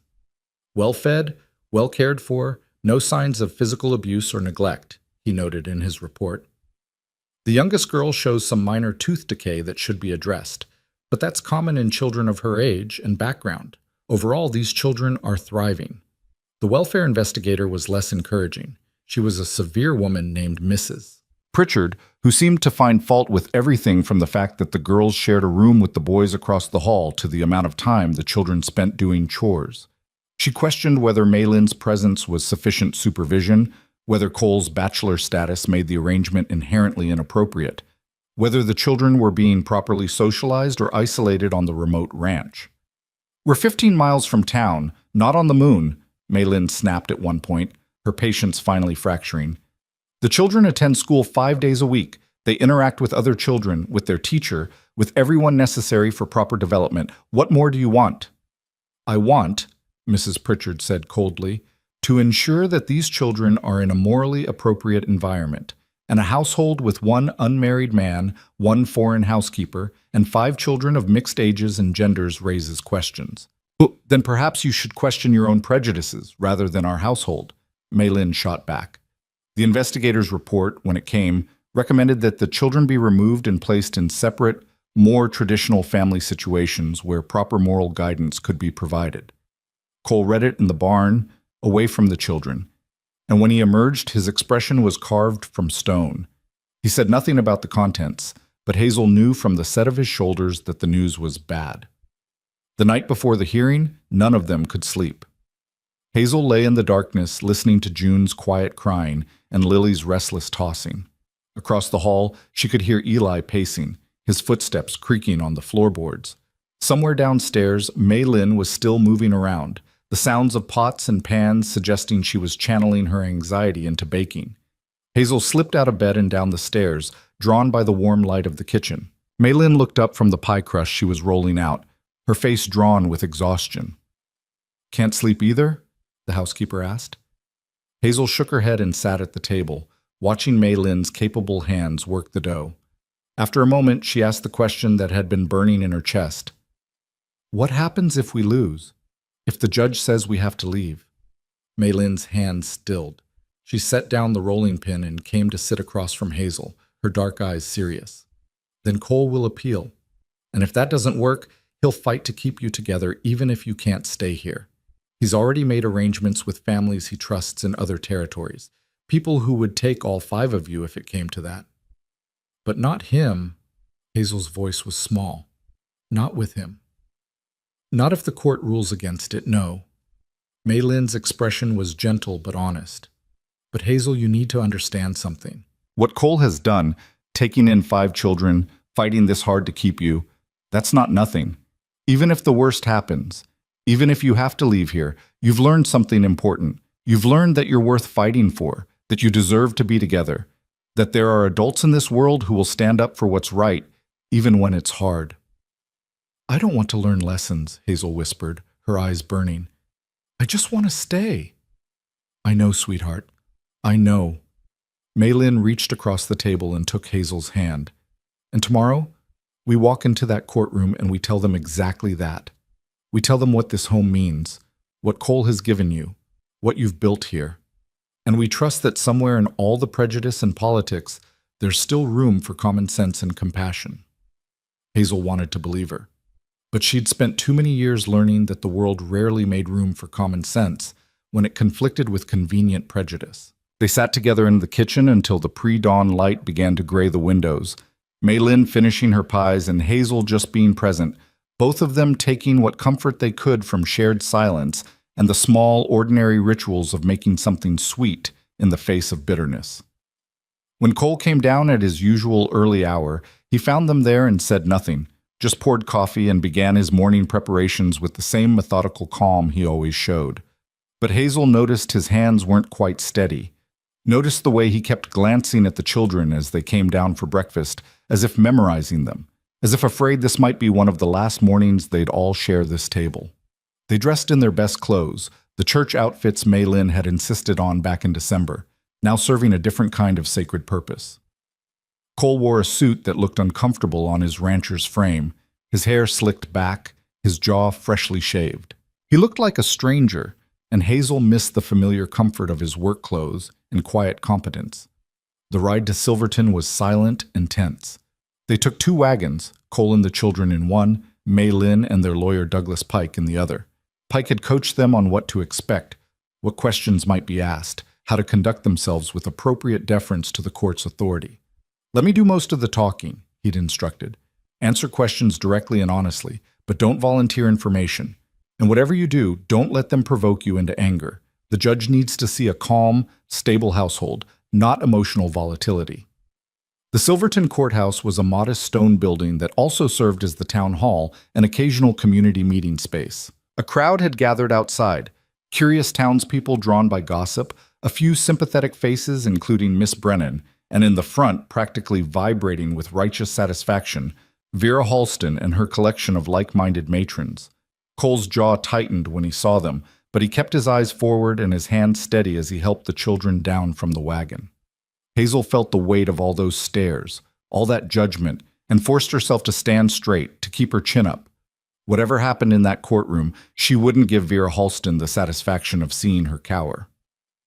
They filed into the courtroom, the children sitting in the front row behind Pike and Cole, Mei Lin beside them like a small, fierce guardian.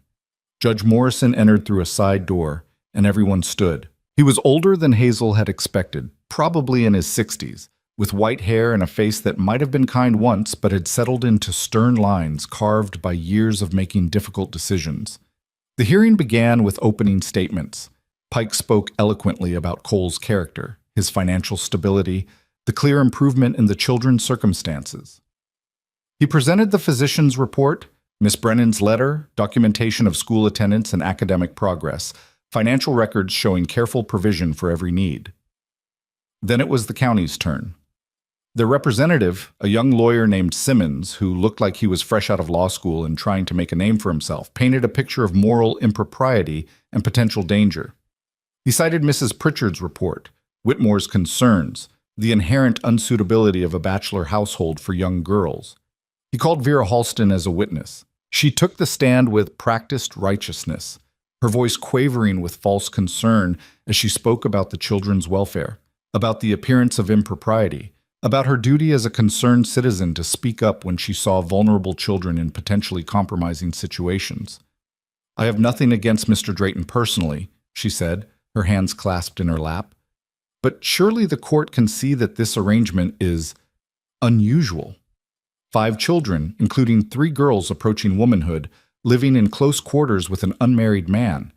The potential for impropriety, whether realized or not, is simply too great to ignore." Pike cross-examined her, asking pointed questions about whether she'd ever actually witnessed any impropriety, whether she had any concrete evidence of harm.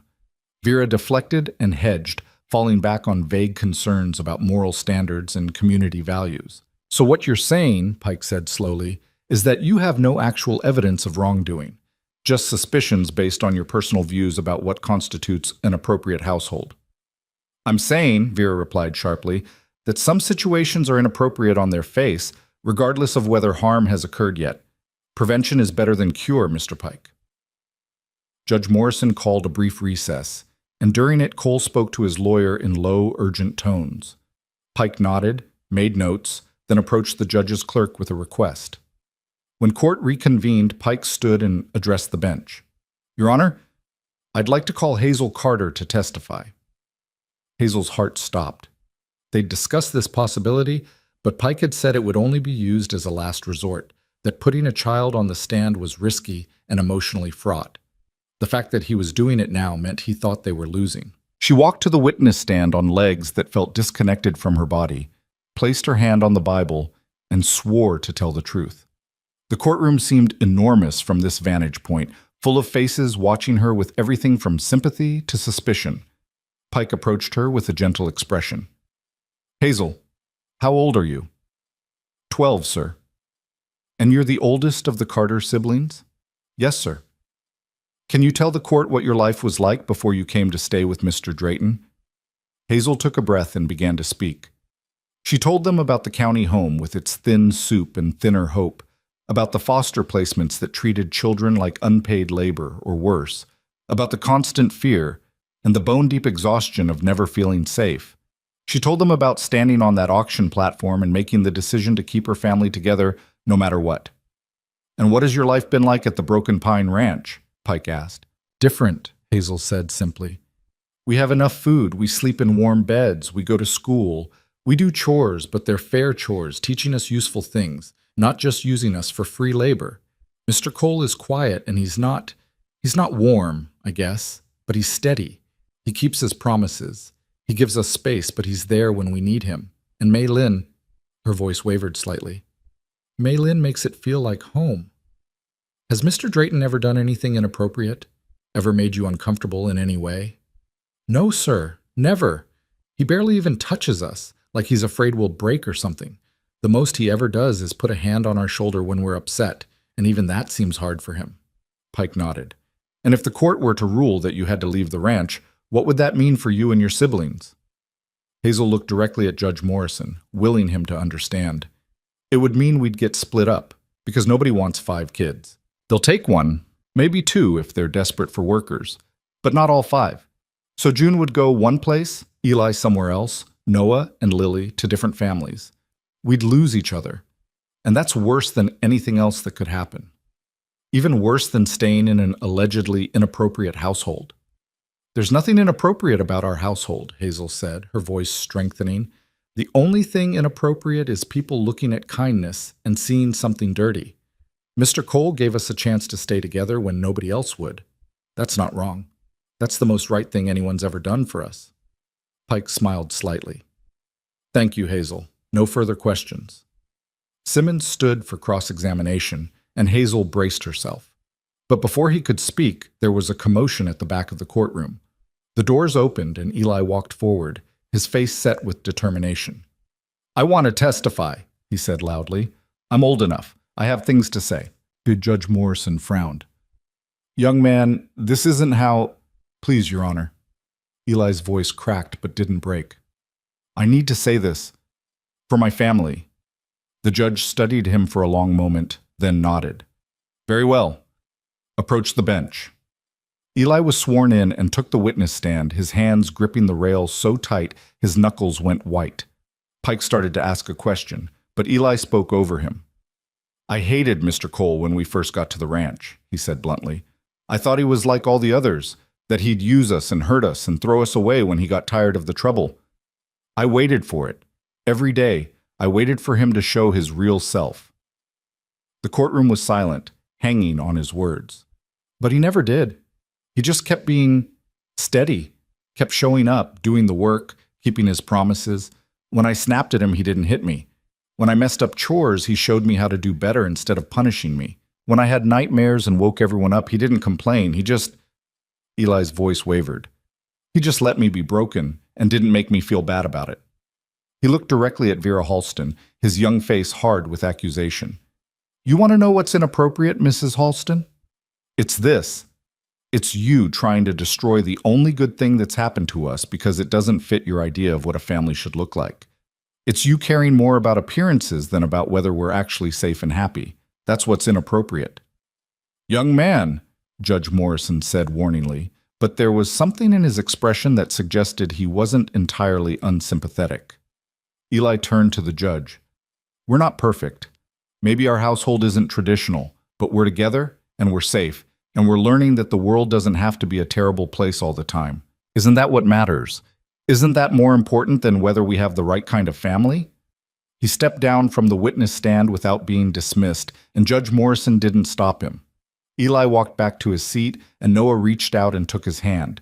And then Noah stood up. The tiny 6-year-old walked to the front of the courtroom with his shoulders squared, and everyone watched in stunned silence. He climbed onto the witness stand chair, too small to reach any other way, and faced the judge. His voice, when it came, was barely above a whisper, but in the absolute silence of the courtroom, every word carried. I stopped talking because a man hurt me. He said if I ever told anyone, he'd hurt me worse. So I stopped.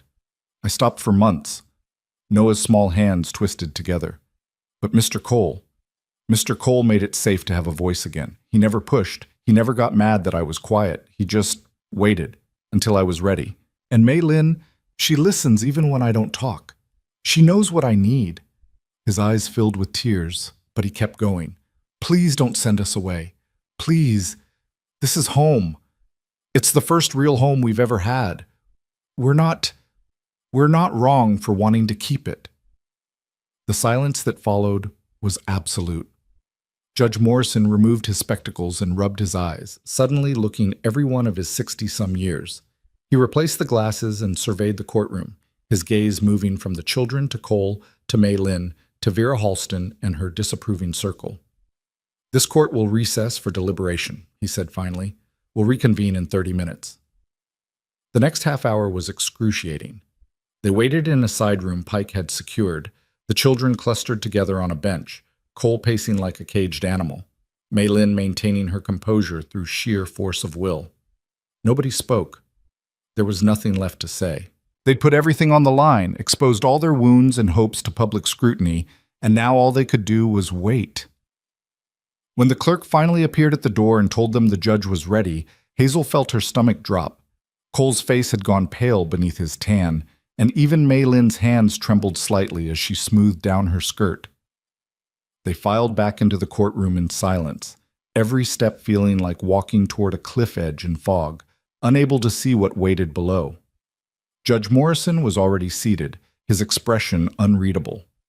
The courtroom had filled during the recess, more townspeople crowding into the gallery as word spread that a decision was imminent. Hazel could feel their collective attention like a physical weight, all those eyes watching to see if 5 unwanted children would be sent back into the system or allowed to keep the home they'd fought so hard for. The judge cleared his throat, and the murmuring in the gallery ceased. This court has heard testimony regarding the custody arrangement of the 5 Carter children currently residing with Mr. Cole Drayton at the Broken Pine Ranch. I've reviewed the reports from Mr. Whitmore, Mrs. Pritchard, and Dr. Ashford. I've considered the concerns raised by Mrs. Halston and other community members, and I've heard directly from the children themselves, which I must say was both illuminating and deeply affecting. He paused, shuffling papers on his bench. Hazel's fingernails dug into her palms hard enough to leave marks. The question before this court is not whether Mr. Drayton's household conforms to traditional family structures. Clearly, it does not. The question is whether this arrangement serves the best interests of these 5 children, and whether there is any evidence of actual harm or impropriety that would justify removal. Morrison's gaze swept across the courtroom, landing on Vera Halston with something that might have been reproach. I'm troubled by the nature of this complaint. I'm troubled that it seems motivated more by personal disapproval of unconventional arrangements than by genuine concern for child welfare. And I'm troubled by the implication that a bachelor man who chooses to provide for orphaned children must necessarily have sinister motives. He let that settle for a moment. Such thinking does disservice both to Mr. Drayton and to the many children in this territory who desperately need homes but are denied them because potential guardians fear exactly this kind of judgment and scrutiny. Vera's face flushed red, but she pressed her lips together and said nothing. That being said, Morrison continued, and Hazel's brief flare of hope guttered, this court does have a responsibility to ensure proper supervision and moral guidance for minor children, particularly young girls approaching adolescence. And while I find no evidence of current impropriety, I cannot in good conscience ignore the potential for future complications in a household where teenage girls are supervised by an unmarried man, regardless of how honorable that man may be. The words hit like blows. Cole's hands clenched on the table in front of him. Pike started to rise, probably to object, but Morrison held up a hand. Therefore, this court will allow the current custody arrangement to continue under the following conditions. He paused, and the courtroom seemed to hold its collective breath. First, Mrs. Mei Lin Zhang will be formally recognized as co-guardian and primary household supervisor with full authority over the children's daily care and welfare. Her presence and oversight addresses the supervision concerns raised by the county. Mei Lin's sharp intake of breath was audible. Cole turned to look at her, surprise and something like relief breaking through his controlled expression. Second, Mr. Drayton will petition this court for formal adoption of all 5 Carter children within 6 months. Legal adoption will provide clearer protections and responsibilities than the current custody arrangement and will demonstrate Mr. Drayton's genuine commitment to these children's long-term welfare. Morrison's expression softened almost imperceptibly. Third, the children will continue regular school attendance and will be subject to annual welfare checks by the county, though I will personally oversee the assignment of inspectors to ensure future visits are conducted with appropriate professionalism and without predetermined bias. He looked directly at Whitmore, who had the grace to appear uncomfortable. Fourth and finally, Mrs. Halston and any other concerned citizens are hereby ordered to cease harassment of the Drayton household. This includes, but is not limited to, spreading unfounded rumors, encouraging boycotts or social ostracism, and filing frivolous complaints with county offices. Any further interference will be considered contempt of this court's ruling. Vera half rose from her seat, her face mottled with fury. Your Honor, I must protest. You may protest all you like, Mrs. Halston, but you will do so outside my courtroom and away from these children. This hearing is concluded. Morrison brought his gavel down with sharp finality. The custody arrangement stands. Mr. Drayton, Mrs. Zhang, You will report to my clerk to complete the necessary paperwork for the adoption petition and co-guardianship documentation. Court is adjourned." For a moment, nobody moved. Then June made a small, choked sound that was half laugh, half sob. Lily launched herself at Cole with enough force to nearly knock him over, wrapping her small arms around his waist. Eli's shoulders shook as he bent over, hands braced on his knees, breathing hard with relief. Noah grabbed Hazel's hand and squeezed it so tight it hurt. Hazel looked at Cole and saw her own overwhelming emotion reflected in his face. The shock of reprieve, the weight of responsibility renewed, the fierce protectiveness that came with knowing they'd been given another chance. His eyes met hers across the space between them, and she saw him mouth two words. "We won." Mei Lin was already moving toward the clerk's desk, her practical nature asserting itself even in this moment of victory. But Hazel saw the way the housekeeper's hands trembled as she gathered her skirts, saw the brightness in her eyes that spoke of tears held back through sheer determination. Pike was shaking Cole's hand, speaking rapidly about next steps and paperwork and legal procedures. But Cole seemed barely able to focus. He lifted Lily into his arms with the same awkwardness he always showed with physical affection. But there was tenderness in the gesture now, a visible letting go of some barrier he'd maintained between himself and the children. The crowd in the gallery was dispersing, some people looking pleased, others disappointed. Vera Halston swept out with her coterie of disapproving matrons, her spine rigid with outrage. But Miss Brennan pushed through to reach them, her face bright with genuine joy. "I knew it," she said, gripping Hazel's hands. "I knew Morrison would see sense. He's a good man beneath all that stern propriety." "Thank you," Hazel managed. "For the letter, for everything." "You fought for yourselves," Miss Brennan said firmly. "All I did was tell the truth. The fighting, that was all you." Outside the courthouse, the spring sunshine felt like benediction. The snow had melted from all but the most shadowed places, and there were green shoots visible in the sheltered spots where grass was beginning to reclaim the mud-churned streets. It felt like the world itself was celebrating their victory, offering them the promise of renewal and growth. They loaded back into the wagons, but this time the silence was buoyant rather than tense. Lily chattered about how she'd been scared of the judge, but he'd turned out to be nice, and how she was going to draw him a picture of Orange the cat as a thank you present. June sat pressed against Hazel's side, occasionally hiccuping with residual emotion. Eli sprawled in the wagon bed with his face turned up to the sun, looking younger than he had in months. Noah sat in the front seat next to Cole again, and when they were a few miles outside of town, he spoke in his tentative whisper. "Are we really staying, for real this time?" Cole's hands tightened on the reins, but his voice was steady. "For real this time. Not just staying, becoming family, official and legal, the kind nobody can take away." "What's adoption mean exactly?" Noah asked, the words coming slightly easier now that he'd broken the seal on his silence. "Means you're mine," Cole said simply. "All of you. Permanently. Means your last name becomes Drayton if you want it. Means even if something happened to me, there'd be provisions in place to keep you together, keep you secure. Means no more auctions, no more county homes, no more wondering if you have a place in this world." "Do we have to take your name?" Eli asked from the back, his voice carefully neutral.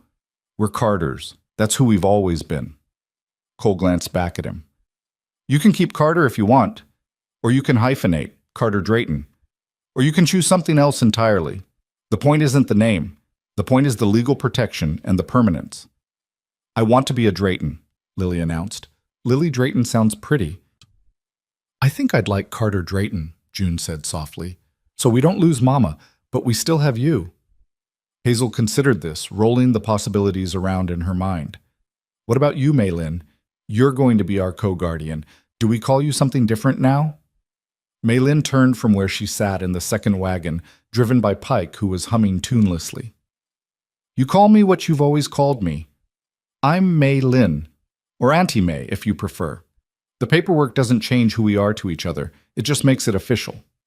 "Official sounds good," Eli said, and there was less suspicion in his voice than there had been in months.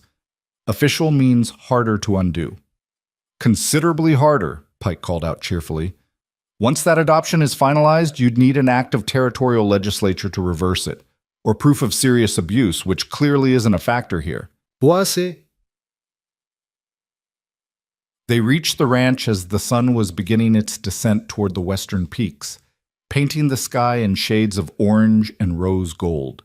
The buildings looked solid and welcoming, the barn doors standing open, smoke rising from the kitchen chimney where Mei Lin had left bread rising before they departed that morning.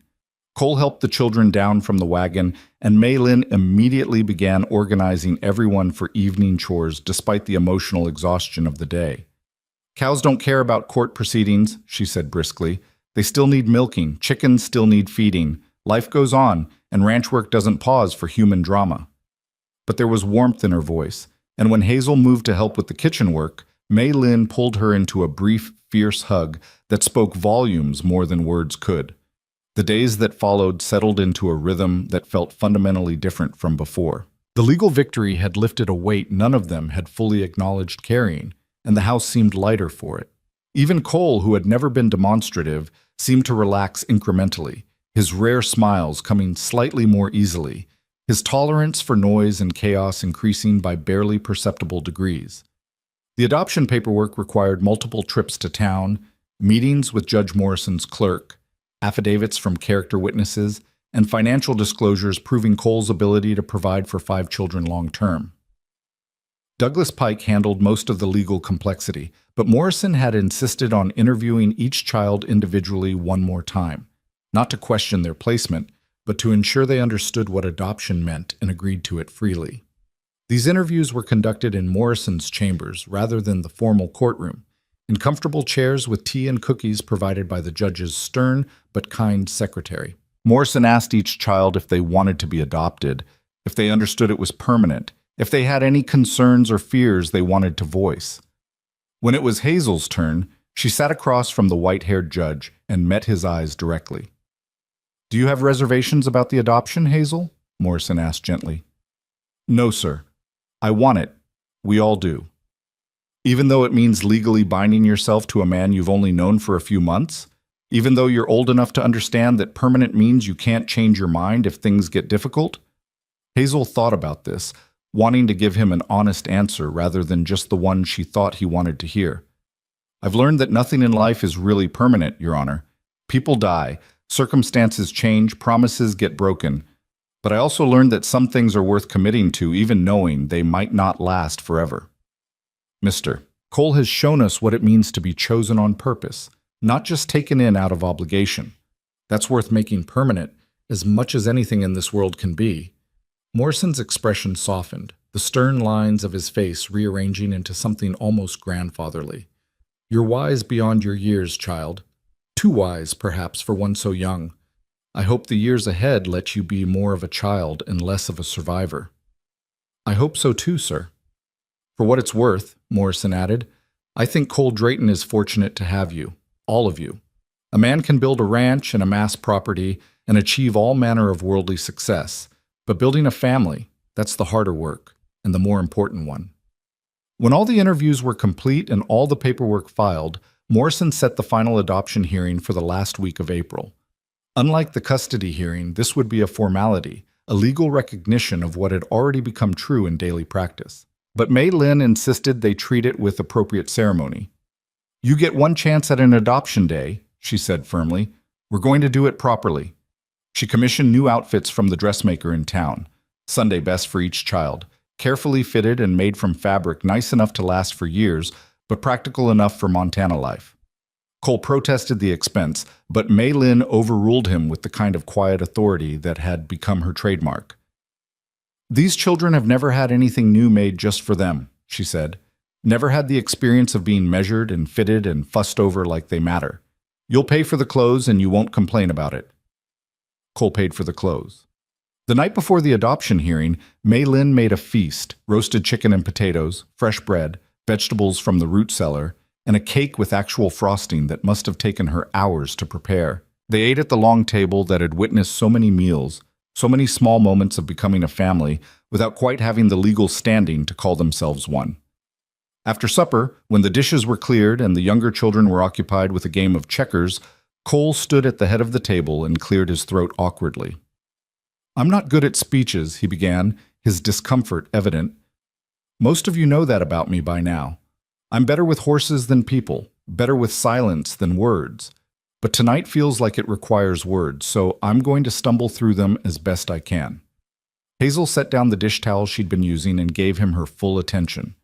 Eli looked up from the checkerboard, June closed her book, and even Lily stopped chattering to listen.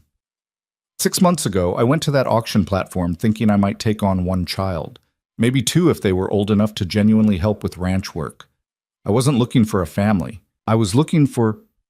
Honestly, I don't know what I was looking for. Some way to pay forward the chance I'd been given years ago, maybe.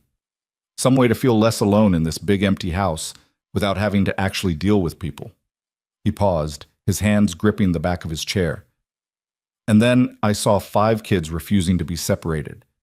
And something in that stubbornness spoke to me, made me remember what it felt like to be powerless and desperate and still fighting for the only thing that mattered. So I brought you home, and I told myself it was temporary, that I'd get you settled and then help you find proper families when the time came. But we are a proper family, June protested softly. Cole's expression shifted into something that might have been a smile. Yes, you are. That's what I'm trying to say. Somewhere between that first snow and Noah finding his voice again, between Eli learning to gentle horses and Hazel learning she didn't have to fight every battle alone, between June's endless reading and Lily's constant songs, you became mine. Not in an ownership way, in a belonging way. The kind that goes both directions. He looked at Mei Lin, who was watching him with suspiciously bright eyes. And Mei Lin has been the steady foundation of all of it. The one who knew how to turn a house into a home, who understood what these children needed when I was still figuring out basic things like how much food growing kids actually consume.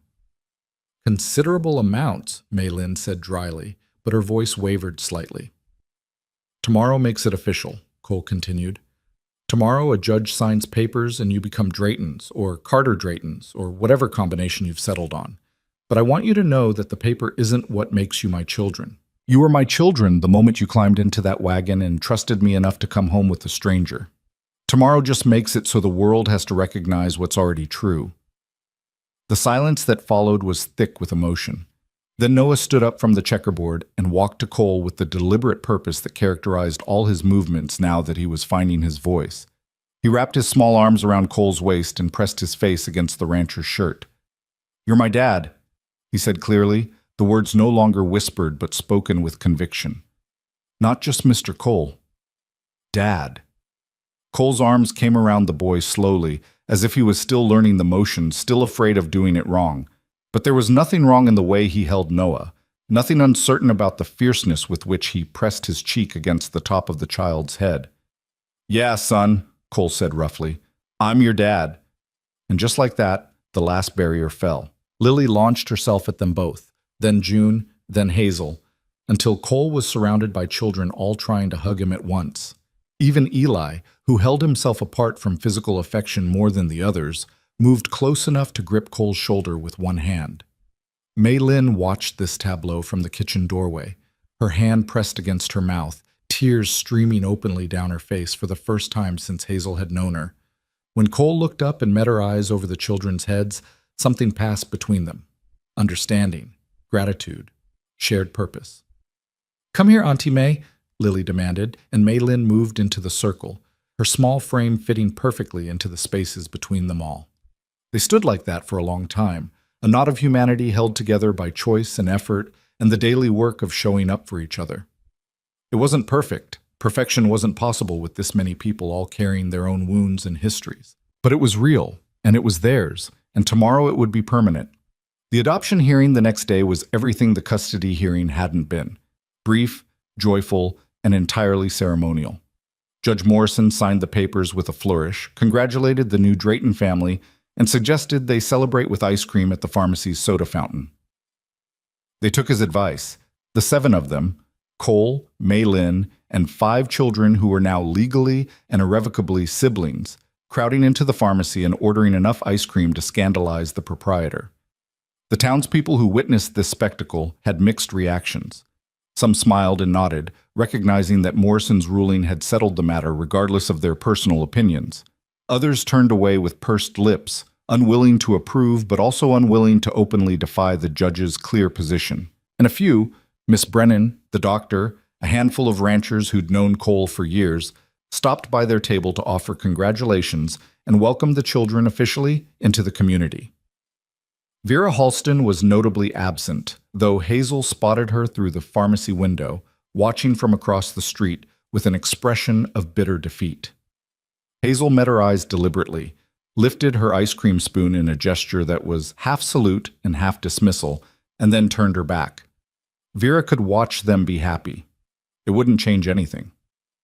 The ride home that afternoon felt different from every other return to the ranch. This time, they weren't guests or wards or temporary placements. They were family, going home to the place that belonged to them as much as they belonged to it. As they crested the last rise before the ranch came into view, Eli spoke up from the wagon bed. "Stop the wagon a minute?" Cole pulled to a halt, surprise evident in the set of his shoulders. "Something wrong?" "No, just want to look at it." Eli climbed to his feet, steadying himself on the wagon's side rail, and gazed out at the broken pine ranch spread below them. "Want to remember what it looks like this exact moment. Our first day coming home is Drayton's." One by one, they all stood, even Lily, wobbling slightly until June steadied her. 7 people standing in a wagon on a Montana hillside in late April, looking down at buildings and land that represented everything they'd fought for, everything they'd nearly lost, everything they'd been given the chance to keep. The ranch looked the same as always, weathered wood and practical construction, nothing fancy or decorated, just solid and enduring. But it looked different too, through eyes that could finally see it without the constant fear of impermanence, without the voice in the back of the mind whispering that this too would be taken away. "It's not much to look at," Cole said quietly. "Not like those big painted houses in town, or the ranches with carved porches and glass windows." "It's perfect," Hazel said, and meant it with every fiber of her being. "It's exactly perfect." June pulled out the small journal she'd taken to carrying everywhere and made a quick sketch, rough lines capturing the shape of the barn, the house, the distant mountains. Underneath, she wrote the date and a single sentence: "The day we came home forever." Cole set the wagon moving again, and they descended the hill toward the life that waited for them. Chores and lessons, meals and arguments, the ordinary sacred work of being a family. Orange the cat met them in the yard, winding between their legs with indiscriminate affection. The chickens squawked their usual complaints about feeding times. The horses whickered from the barn, recognizing the sound of the wagon. Everything was exactly as they'd left it that morning, and everything was completely transformed. That night, after chores and supper, and the evening routines that had become comfortable habit, after the younger children had been tucked into bed and the house had settled into quiet, Hazel found herself unable to sleep. She slipped downstairs in her nightgown and found Cole sitting on the front porch, a cup of coffee going cold in his hands as he stared out at the starlit darkness. "Can't sleep either?" she asked softly. He shifted to make room for her on the porch step. "Too much in my head." Hazel sat beside him, tucking her nightgown around her knees against the cool night air. "Good thoughts or worried thoughts?" "Both, maybe. Thinking about responsibility. About 5 lives depending on me not to mess this up." "You won't mess it up." Cole's laugh was dry. "You don't know that. I don't know the first thing about raising children. I know ranching and solitude and how to survive hard winters. I don't know how to help June when she has nightmares, or what to do if Eli's anger comes back, or how to keep Noah talking now that he's started." "You don't have to know everything," Hazel said. "You just have to keep showing up. That's all any of us need, someone who shows up day after day, even when it's hard, even when we're difficult or scared or angry. You've already proven you can do that." "What if it's not enough?" Hazel thought about this, choosing her words carefully. "I spent 2 years watching adults fail us in different ways. Some of them meant well but couldn't handle the reality of how much work we were. Some of them had ulterior motives from the start. Some of them were just absent, even when they were physically present. You're none of those things.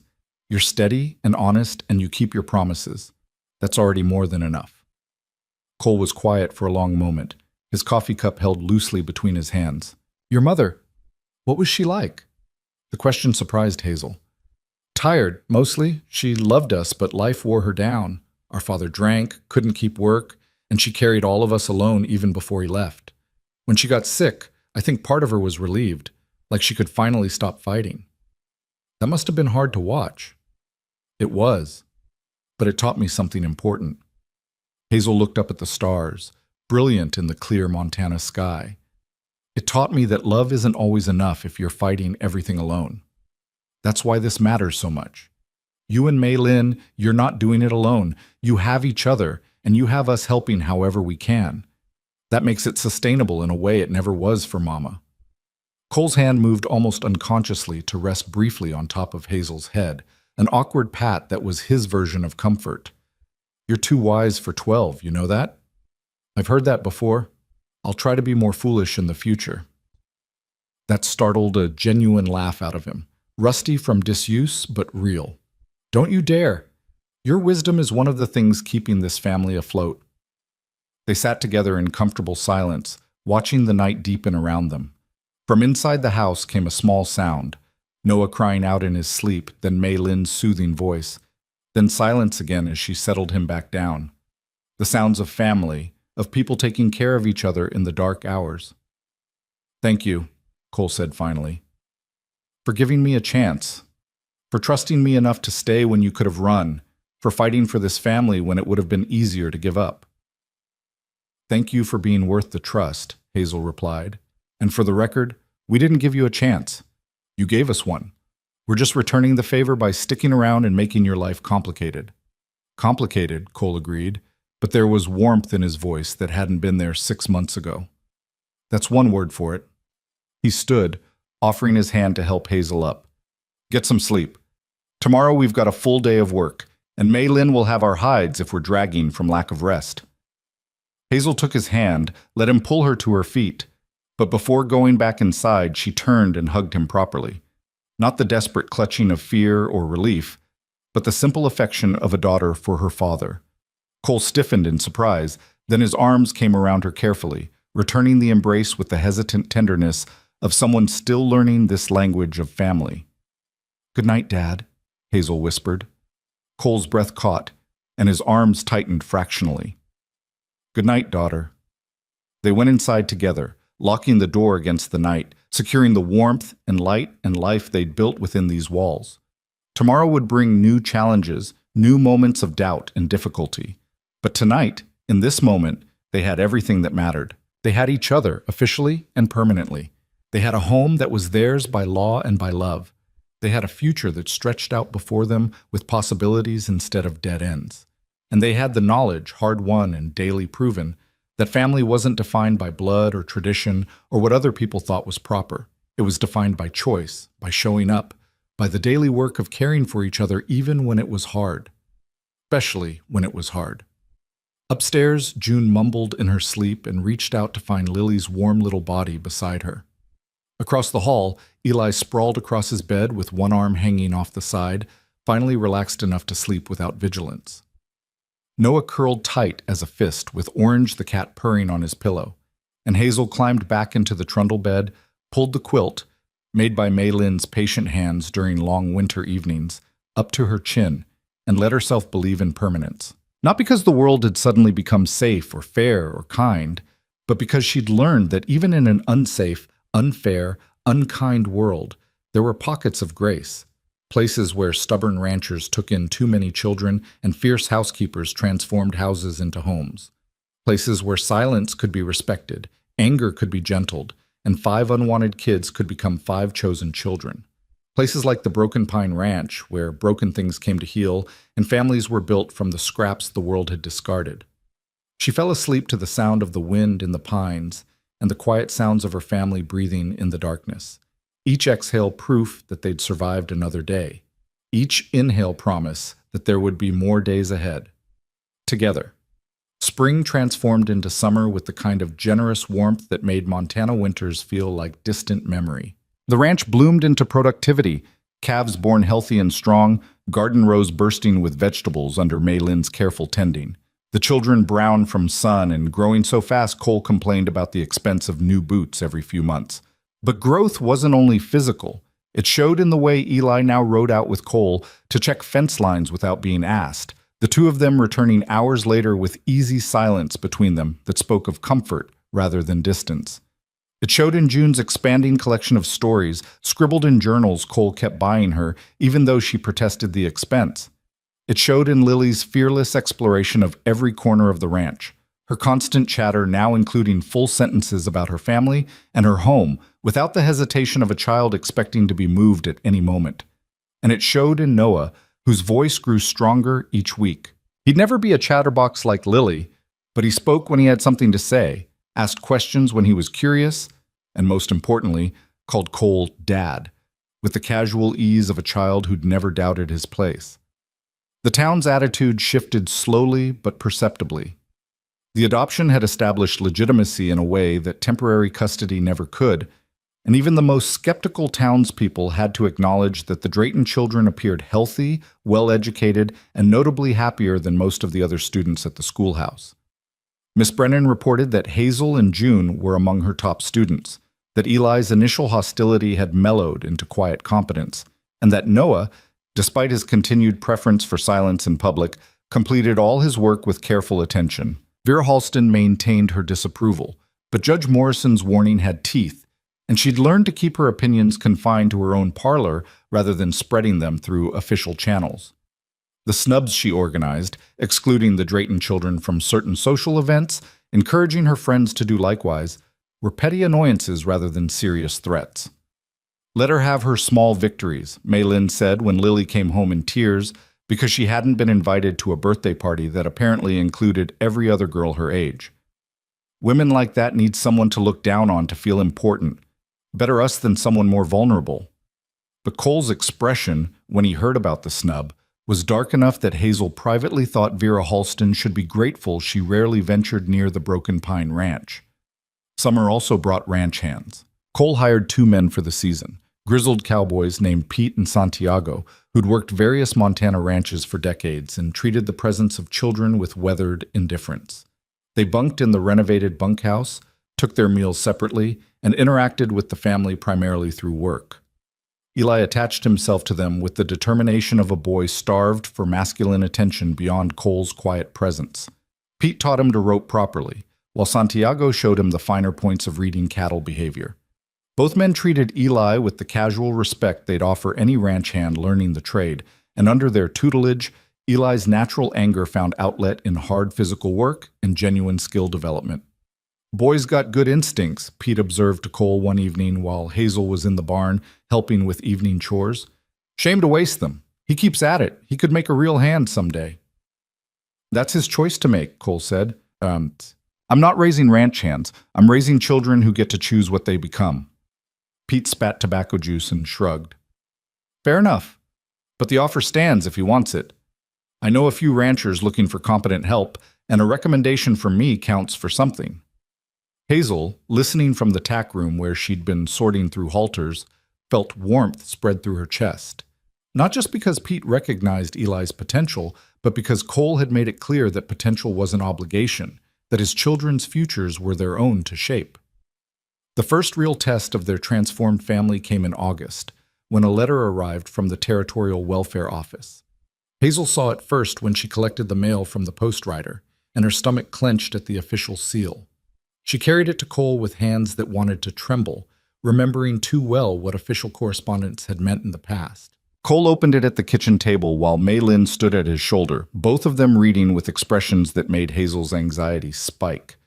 Then Cole's mouth twitched into something that might have been amusement. "It's the annual welfare check," he said, handing the letter to Hazel. "Morrison's keeping his word about oversight, but he's assigned Dr. Ashford to conduct it instead of sending Whitmore or his ilk. We're to expect him next Tuesday." Relief made Hazel's knees weak. Dr. Ashford had been kind during the custody hearing, and his report had been one of the things that swayed Morrison's decision. This wasn't an attack. It was exactly what Morrison had promised, appropriate supervision without predetermined bias. Dr. Ashford arrived on the specified Tuesday driving his own buggy, his medical bag on the seat beside him. He was a comfortable-looking man in his 60s, with the kind of face that inspired trust in a manner that put even nervous children at ease. He examined each child with gentle thoroughness, checking teeth and eyes and reflexes, asking questions about diet and sleep, and whether they'd had any illnesses since his last examination. Growing like weeds, all of them, he announced to Cole and Mei Lin after finishing his examinations. Noah's put on at least 8 pounds since I saw him last spring, and the girls are all showing healthy development. Eli's got some muscle mass that suggests hard work, but not the kind of overwork that damages growing bones. Overall, I'd say these children are thriving. He made notes in his ledger, then looked up with shrewd eyes. I'm also required to assess emotional and educational development. How are they doing in school, Miss Brennan's reports notwithstanding?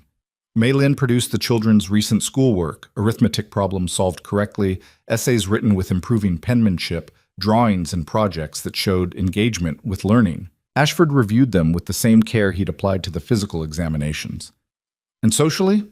Are they making friends, integrating into the community? Some, Hazel answered honestly when Cole and Mei Lin looked uncertain. We're not the most popular family in town, but we have friends. Miss Brennan, obviously, and some of the other students who don't care what their parents think. It's enough. Ashford's expression softened. Being well-liked and being well-adjusted aren't the same thing. The former depends on others' prejudices. The latter depends on having a stable foundation and genuine care. From what I can see, you have both those things here. He closed his ledger with finality. I'll file a report stating that the Drayton household continues to provide excellent care for all 5 children, that they show clear signs of healthy development both physically and emotionally, and that I recommend no changes to the current arrangement. Judge Morrison will be pleased to hear it. After he left, the family gathered in the kitchen for the celebratory pie Mei Lin had made despite not knowing the outcome. It was becoming a tradition, facing hard things together, then marking survival with something sweet. 1 year down, Cole said, cutting generous slices. Many more to go. How many more? Lily asked, licking frosting from her fingers. Forever? Until you're all grown and making your own choices about where to live and what to do, Cole said, which hopefully is a very long time from now, because I'm just getting used to having you around. We're not leaving, June said firmly. Even when we're grown, this is home.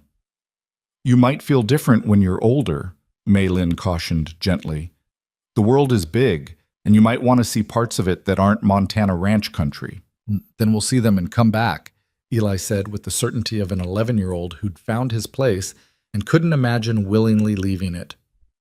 Doesn't mean we stop belonging here. Hazel caught Cole's eye across the table and saw her own emotion reflected there, the fierce hope that Eli was right, that they were building something strong enough to withstand the inevitable changes of growing up, but also the knowledge that love sometimes meant letting go when the time came. But that time was years away yet. For now they had summer afternoons and evening chores, had reading lessons and writing lessons, had Mei Lin's sharp tongue and Cole's quiet presence, and the daily proof that they were wanted, chosen, kept. The second test came from an unexpected direction. In late September, as the first hints of autumn began coloring the high country, a woman arrived at the ranch driving a wagon with 2 horses that had clearly seen better days. She was thin to the point of gauntness, probably in her late 30s, with brown hair streaked with premature gray and eyes that held the kind of exhaustion that went bone deep. She climbed down from the wagon with visible effort and stood in the yard looking around with an expression Hazel couldn't quite read. When Cole emerged from the barn to greet her, she straightened her shoulders as if preparing for battle. Mr. Drayton, I'm Clara Bennett. I believe you have my niece and nephews living with you. The words fell like stones into still water. Hazel, who'd been sweeping the porch, froze. Inside the house, she could hear Mei Lin's sharp intake of breath through the open window. Cole's expression didn't change, but Hazel had learned to read his stillness. I have 5 adopted children, if that's what you mean. Their last name is Drayton now. Carter was my sister's name. My married sister. Clara Bennett's voice shook slightly. I've been looking for the children since Mary died. The county told me they'd been placed in foster care, but they couldn't tell me where. I've spent months tracking them down. Looking for them, Cole repeated, his voice flat. For what purpose? To take them home, of course. They're family. They belong with family. The world seemed to tilt sideways. Hazel gripped the broom handle hard enough to hurt, trying to process what she was hearing. An aunt. They had an aunt who wanted them, who'd been looking for them. Mei Lin appeared in the doorway, her face pale but composed. "Perhaps you should come inside, Mrs. Bennet. This conversation requires more than a dusty yard." They gathered in the parlor, Cole and Mei Lin on one side, Clara Bennet on the other, and Hazel standing in the doorway because she couldn't make herself sit down, couldn't make herself leave. The other children were still outside doing chores, unaware that their world was potentially about to shift again. Clara accepted tea from Mei Lin with trembling hands and began to speak, her words tumbling out in a rush as if she'd been holding them back too long. "Mary was my younger sister. She married John Carter against our parents' wishes. He was charming but unreliable. Everyone could see it except her. They had the children quickly, one after another, and Mary wrote to me about how hard things were, how John drank and couldn't keep work. I sent money when I could, but I was barely surviving myself. My husband died in a mining accident, left me with debts and no way to pay them."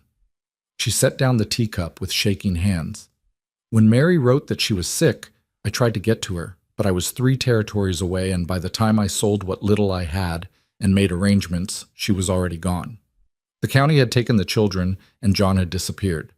They told me the children had been placed in foster care, but they couldn't release information about where. Said it was policy." "So you gave up," Cole said, his voice devoid of sympathy. "I didn't give up." Clara's voice rose, defensive. "I spent everything I had trying to find them. I wrote to every county office in Montana Territory, every orphanage and children's home. Most didn't respond. Those that did said they couldn't help without proper documentation. It took me 6 months just to get copies of Mary's death certificate and proof of my relationship to the children." She pulled papers from her bag with shaking hands, legal documents, letters, a worn photograph of a woman who looked eerily like an older version of June. "By the time I had the paperwork and found out they'd been auctioned to you, they'd already been adopted. The county clerk told me there was nothing I could do, that adoption superseded blood relation. But I had to come anyway. I had to see them, make sure they were all right." Cole took the papers and examined them with careful attention. Mei Lin moved to read over his shoulder, and Hazel saw her expression shift into something complicated. Sympathy warring with protectiveness. "These documents appear legitimate," Cole said finally. "You are indeed Mary Carter's sister, and by law you would have had a claim to custody before the adoption was finalized. But as you noted, the adoption has been finalized, which means legally you have no claim now." "I know that." Clara's voice broke. "I know I failed them by not being faster, not being better organized, not being the kind of person who could cut through bureaucracy. But they're still my blood, Mary's children, and I need to know they're safe, that they're happy, that Mary didn't die thinking her babies would be raised by strangers." Hazel stepped fully into the room, her heart pounding. "Your Aunt Clara. Mama mentioned you sometimes. You sent us a doll once for June's birthday." Clara's head snapped up, her eyes going wide as she took in Hazel properly for the first time. "Hazel, you're so much bigger than in the photograph Mary sent. You must be 12 now." 13 next month. "And the others? Are they all here? Are they—" Clara's voice caught. "Are they all right?" Before Hazel could answer, the front door banged open and Eli's voice carried through the house. "Hazel, Mei Lin, there's a strange wagon in the—" He appeared in the parlor doorway and stopped dead, his eyes going from Clara to Cole to Hazel with quick assessment. "What's happening?" June appeared behind him, then Noah, and finally Lily, all of them drawn by the tension in the air. They crowded into the parlor entrance, a wall of children watching the stranger with expressions that ranged from curiosity to wariness. Clara stood slowly, her eyes moving from face to face, cataloging features and changes. "You're Eli. You look just like your father, but with Mary's eyes. And June, oh, you're the image of my sister at that age. And the little ones—" Her voice broke completely. "Noah was just a baby when I last saw a photograph. And Lily wasn't even born when Mary and I last corresponded." "Who is she?" Lily whispered to June, pressing close to her sister. "I'm your Aunt Clara," Clara said softly. "Your mother's sister." The silence that followed was profound. Hazel watched her siblings process this information, saw June's eyes go to the photograph still lying on the table, saw Eli's shoulders tense with defensive suspicion, saw Noah press himself against the doorframe as if preparing to run. "Why are you here?" Eli asked, his voice hard. "If you're family, where were you when Mama died? Where were you when they put us in that place? Where were you when we were being auctioned like cattle?" The accusations hit Clara like physical blows. She sat back down heavily, her face crumpling. "I was trying to get to you. I swear I was trying. But I didn't have money, didn't have connections, didn't know how to navigate the system fast enough. By the time I found out where you were, you'd already been adopted, and the county clerk said—" She pressed her hands over her face. "I failed you. I failed Mary. I know that. I'm not here to make excuses. I'm just here to see you, to know you're safe." Mei Lin moved to the children, her presence steadying. "Why don't you all go upstairs for a bit? The adults need to finish talking." "No." Hazel's voice was firm. "Whatever gets decided affects us most. We should be part of the conversation." Cole looked like he might argue, then seemed to reconsider. "All right. But you listen more than you talk, and you let the adults handle the legal aspects. Understood?" They nodded and filed into the room properly, arranging themselves on the sofa and floor with the instinctive unity they'd developed over months of facing threats together. Clara watched them settle with an expression of longing so intense it was painful to witness. "Mrs. Bennett," Cole said carefully, "I understand your situation and I sympathize with your efforts to find the children, but I need to be clear about the facts. These children were legally available for adoption because no family members came forward during the statutory waiting period. You may have been trying to reach them, but you didn't reach them in time. The adoption is final, recognized by territorial law, and cannot be overturned short of proof of fraud or abuse, neither of which exist." "I understand," Clara whispered. "Furthermore, these children have been through significant trauma. They've finally found stability and security. Disrupting that now, even with the best intentions, would be damaging." "I'm not trying to disrupt anything," Clara said, her voice gaining strength. "I know I can't undo the adoption. I know they're legally yours now. But couldn't I at least be part of their lives? Visit sometimes? Write letters? I don't want to replace anyone or cause trouble. I just want to know Mary's children. Is that too much to ask?" The question hung in the air. Hazel found herself torn between competing impulses, the fierce desire to protect the family they'd built, and the unexpected pull toward this woman who shared their blood, who'd known their mother, who represented a connection to the past they'd thought completely severed. Cole looked at Mei Lin, who looked at the children. After a moment, Mei Lin spoke. "That's not a decision the adults should make alone. These children have voices and they should be heard." She turned to them. "What do you want? Be honest." June spoke first, her voice soft but clear. "I want to hear about Mama, things we don't remember or were too young to know, stories about when she was young. Could you tell us those things?" Clara's face transformed with fragile hope. "Yes. Oh yes, I could tell you so much. Mary was brilliant and brave and so full of love even when life was hard." "I want to see the photograph," Lily announced. "The one of Mama." Clara reached for her bag with trembling hands and produced a small leather case. Inside was a portrait photograph. Mary Carter, probably taken in her late teens, with June's delicate features and Hazel's serious eyes, and a smile that suggested she'd once believed the world held good things. The children gathered around to look, even Eli, who pretended indifference but couldn't quite hide his hunger to see the mother he'd lost. Noah reached out and touched the photograph gently, as if he could reach through time and connect with the woman who'd given him life. "She's pretty," Lily said. "She looks nice." "She was," Clara whispered. "She was the best of us." Hazel looked at this aunt who'd tried and failed, who carried guilt and grief in every line of her body, who asked for so little, just connection, just the chance to know the children she'd lost.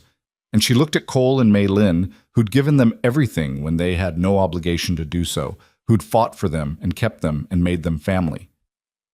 "I think," Hazel said slowly, "that we're lucky enough to have more family, not less.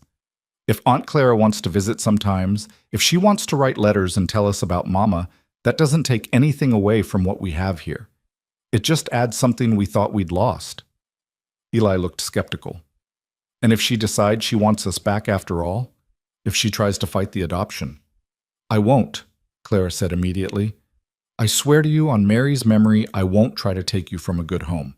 I've seen too many children in bad situations to risk moving you from a good one. I just want to know you. That's all. Cole stood and walked to the window, his back to the room, his shoulders tense. When he finally spoke, his voice was rough with emotion he was trying to control.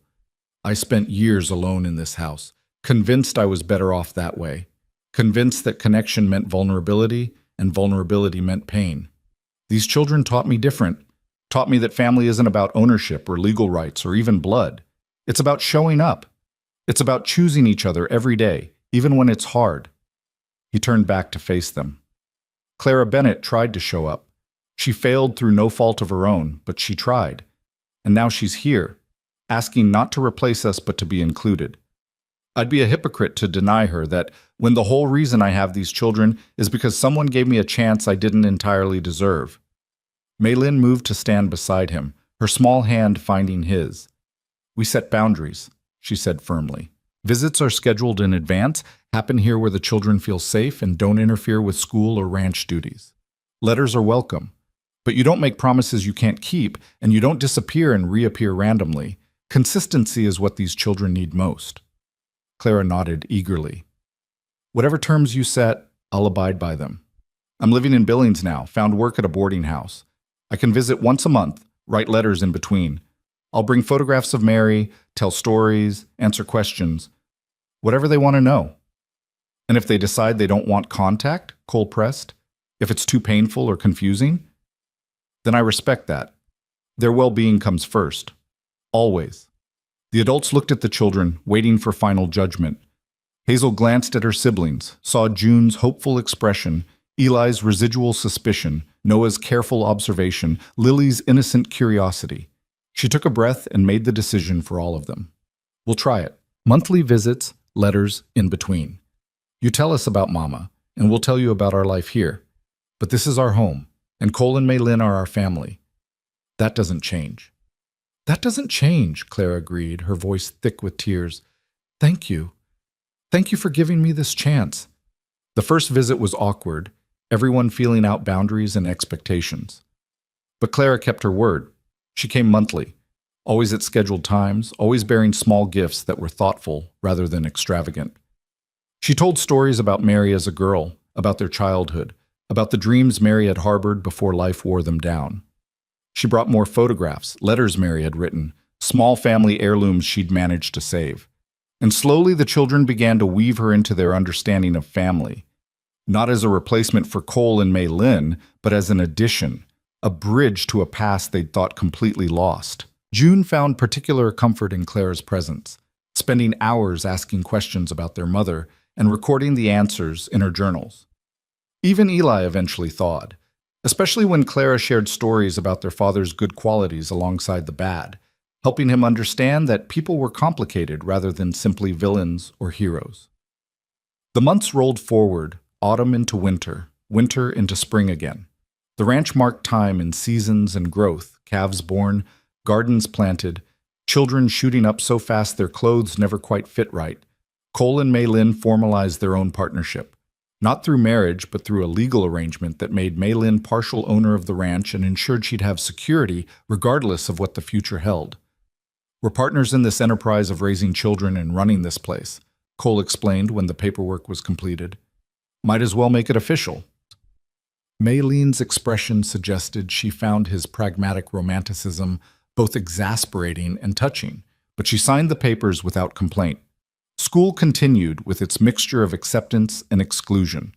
The Drayton children learned to navigate social complexity, who to trust, who to avoid, how to hold their heads high in the face of lingering prejudice. Miss Brennan remained their advocate, but she also taught them that advocating for themselves was a skill they'd need long after they left her classroom. Hazel turned 13, then 14, growing into a young woman who carried responsibility with increasing ease now that she wasn't carrying it alone. She helped Maylin with the younger children, assisted Cole with ranch accounts, and began to dream about possibilities beyond the ranch, not leaving, but expanding, maybe becoming a teacher herself someday, or a ranch manager, or one of those new businesswomen she'd read about in June's borrowed newspapers. Eli turned 12 and discovered he had a gift for working with difficult horses, the kind other ranchers had given up on. Pete and Santiago, who returned each summer for seasonal work, began actively training him, and Cole quietly started a fund to send Eli to a horse training program in Billings when he was old enough. June turned 11 and won a territorial writing contest with an essay about family and belonging that made even crusty Judge Morrison tear up when he presented her award. She began talking about going to normal school someday, becoming a teacher, maybe even a writer. Noah turned 8 and spoke in full sentences most of the time now, though he still retreated to silence when overwhelmed. He'd developed a talent for gentling animals, cats, dogs, even the wild creatures that sometimes appeared around the ranch, learned to trust his patient stillness. And Lily turned 6, started first grade, and announced her intention to become a veterinarian like Dr. Ashford because animals need doctors too, and I'm going to be the best one in all of Montana. The annual welfare checks became routine rather than terrifying. Dr. Ashford arriving, examining everyone, filing glowing reports, staying for supper because Mei Lin's cooking was legendary, and he was a widower who appreciated good food and better company. Life wasn't perfect. There were still hard days, still moments when old fears resurfaced, still times when the children reverted to survival mode because trauma didn't disappear just because circumstances improved. But those moments became less frequent, less intense, more manageable. And through it all, the Broken Pine Ranch stood solid, a place where broken things came to heal, where family was made rather than inherited, where 5 children learned that being unwanted once didn't mean being unwanted forever. 2 years after the adoption, on a crisp November evening with the first snow of the season dusting the ground, the family gathered on the front porch for the annual photograph that had become tradition. Cole had hired a traveling photographer to come to the ranch, wanting to mark each year of their life together with visual proof that they were real, they were family, they were permanent. They arranged themselves on the porch steps, Cole and Mei Lin in the back, the children arrayed in front in descending height order. But before the photographer could snap the picture, Noah spoke up. "Wait, Aunt Clara should be in it too. She's family." Clara, who'd been standing to the side thinking she was just there to observe, looked startled. "Oh, I couldn't. This is your family photograph." "Your family," June insisted.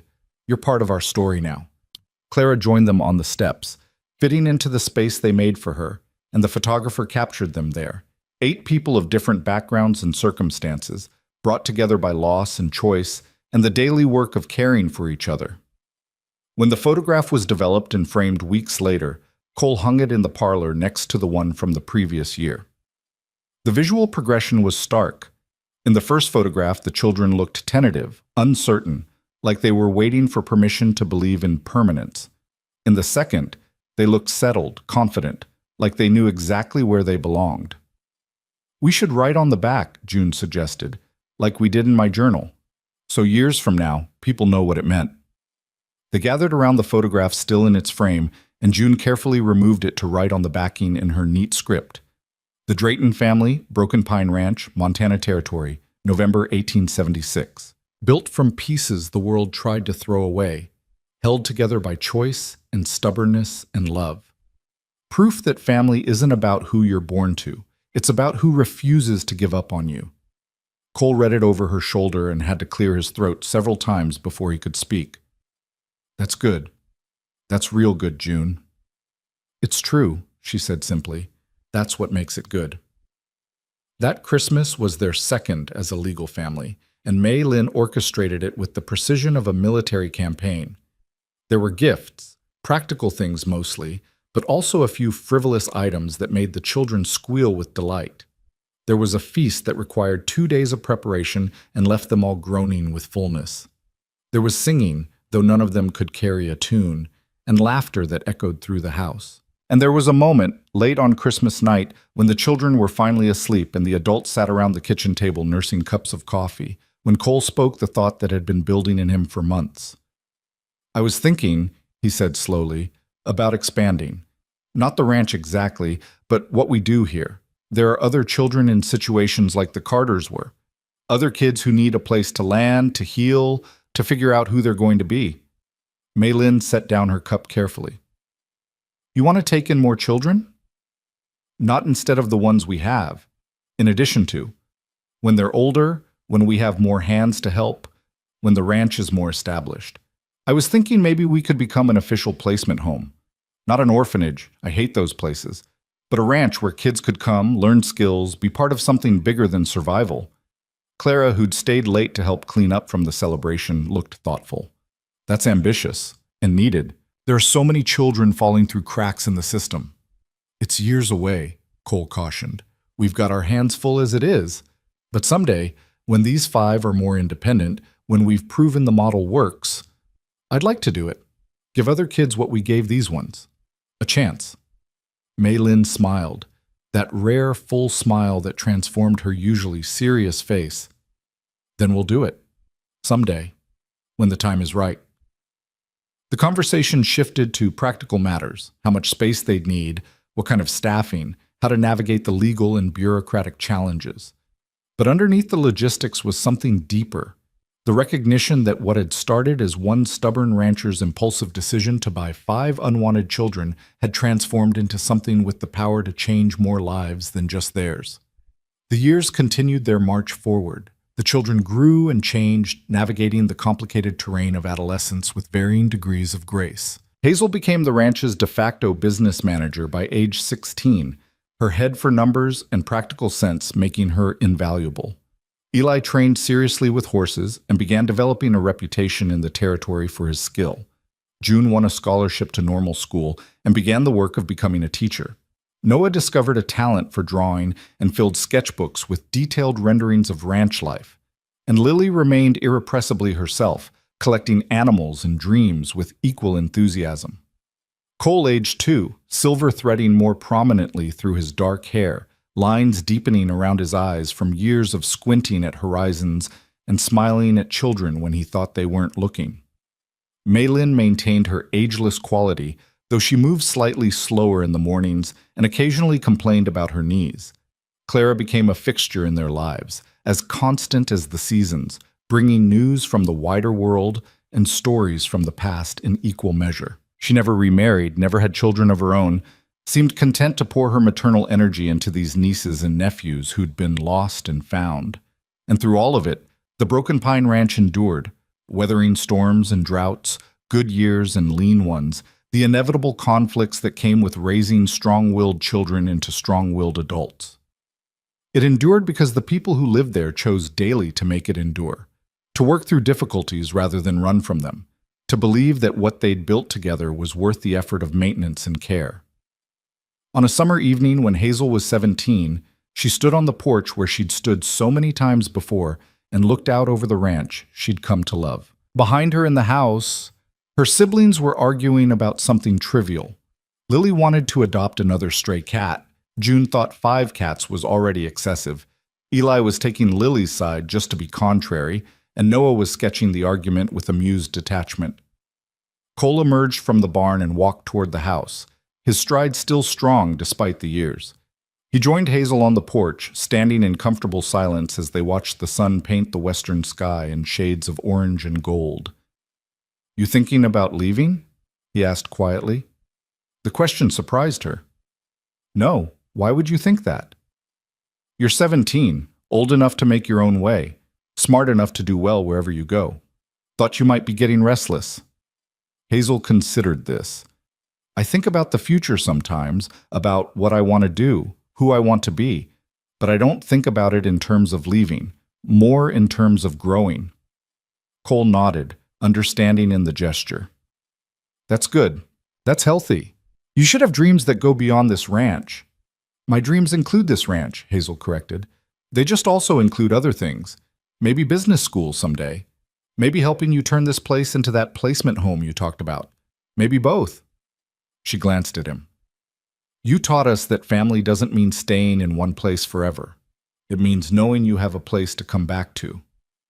Cole's throat worked with emotion he still struggled to express even after all these years. "I did all right then, with you kids, despite having no idea what I was doing." "You did better than all right, Dad. You did something most people don't manage. You built a family out of intention instead of accident. You chose us every day, even when we were difficult or scared or broken. That's not nothing. You weren't broken, Cole said firmly. You were bent. There's a difference. Bent things can straighten out with the right support. Broken things can't be fixed. Then we were bent, Hazel agreed, and you and Mei Lin provided the support that let us straighten. Same result, different metaphor. Cole huffed something that might have been laughter. Too smart for your own good, just like Mei Lin always says. Inside, the argument had devolved into laughter, and through the window, Hazel could see Mei Lin orchestrating some kind of compromise that would probably involve very specific rules about cat management. The scene was so perfectly ordinary, so beautifully mundane, that Hazel felt her chest tighten with gratitude for the sheer everyday miracle of it. I never thanked you properly, she said softly. For the auction platform. For paying too much. For bringing all 5 of us home when any sane person would have taken one at most. I've been thanked plenty, Cole said. Every time one of you kids calls me Dad. Every time I watch you grow into who you're meant to be instead of who circumstances tried to make you. That's thanks enough. They stood together in the gathering dusk, father and daughter by choice rather than blood, watching the last light fade from the Montana sky. Tomorrow would bring new challenges, new growth, new moments of joy and difficulty. But tonight, they had this: the solid certainty of home, the warm knowledge of family, the hard-won peace that came from surviving storms together and building something that would last. Inside, Mei Lin called them for supper, and they went in together to join the people who'd become their family through the daily accumulation of small choices and fierce commitment. The table was set for 8 now, 7 permanent residents plus Clara, who'd stayed for the week. And the conversation flowed with the easy rhythm of people who knew each other's stories, who'd seen each other at worst and best, and had chosen to stay anyway. This was the real victory, Hazel thought, as she passed bread and poured milk and listened to Lily's elaborate plan for cat training. Not the courtroom triumph or the legal papers or the annual welfare checks that confirmed their thriving. The real victory was this: 5 children who'd been told they were too much, too expensive, too broken, sitting around a table in a house that was theirs, with adults who'd chosen them on purpose, building a future that was theirs to shape. The real victory was learning that being unwanted once didn't define you forever, that family could be made as well as born, that home was something you built through the daily work of showing up and choosing each other even when it was hard. The real victory was the 5 Carter children who'd become Drayton, or Carter Drayton, or some combination thereof, who'd learned they were worth fighting for, who carried that knowledge forward into lives that would eventually take them beyond this ranch, but never away from the family they'd found here. Years later, when this ranch did become that placement home Cole had dreamed of, when other bent children came through those doors to find the same patient support and fierce protection the original 5 had received, Hazel would tell them the story of the auction platform. She'd tell them about 5 siblings who refused to be separated, about a stubborn rancher who paid too much for children nobody else wanted, about a housekeeper who turned a house into a home, about a town that tried to tear them apart, and a judge who let them stay together. She'd tell them that story not as history, but as promise. Proof that broken things could heal, that families could be chosen, that being unwanted once didn't mean being unwanted forever. But tonight, in this moment, with her family gathered around the table and the Montana darkness settling soft around the ranch, Hazel didn't think about those future children or that future story. She just ate supper and laughed at Eli's terrible jokes and helped Lily with her arithmetic and felt, bone deep, the simple extraordinary gift of belonging. They'd come a long way from that November platform. 5 scared children clinging to each other against the cold wind of uncertainty.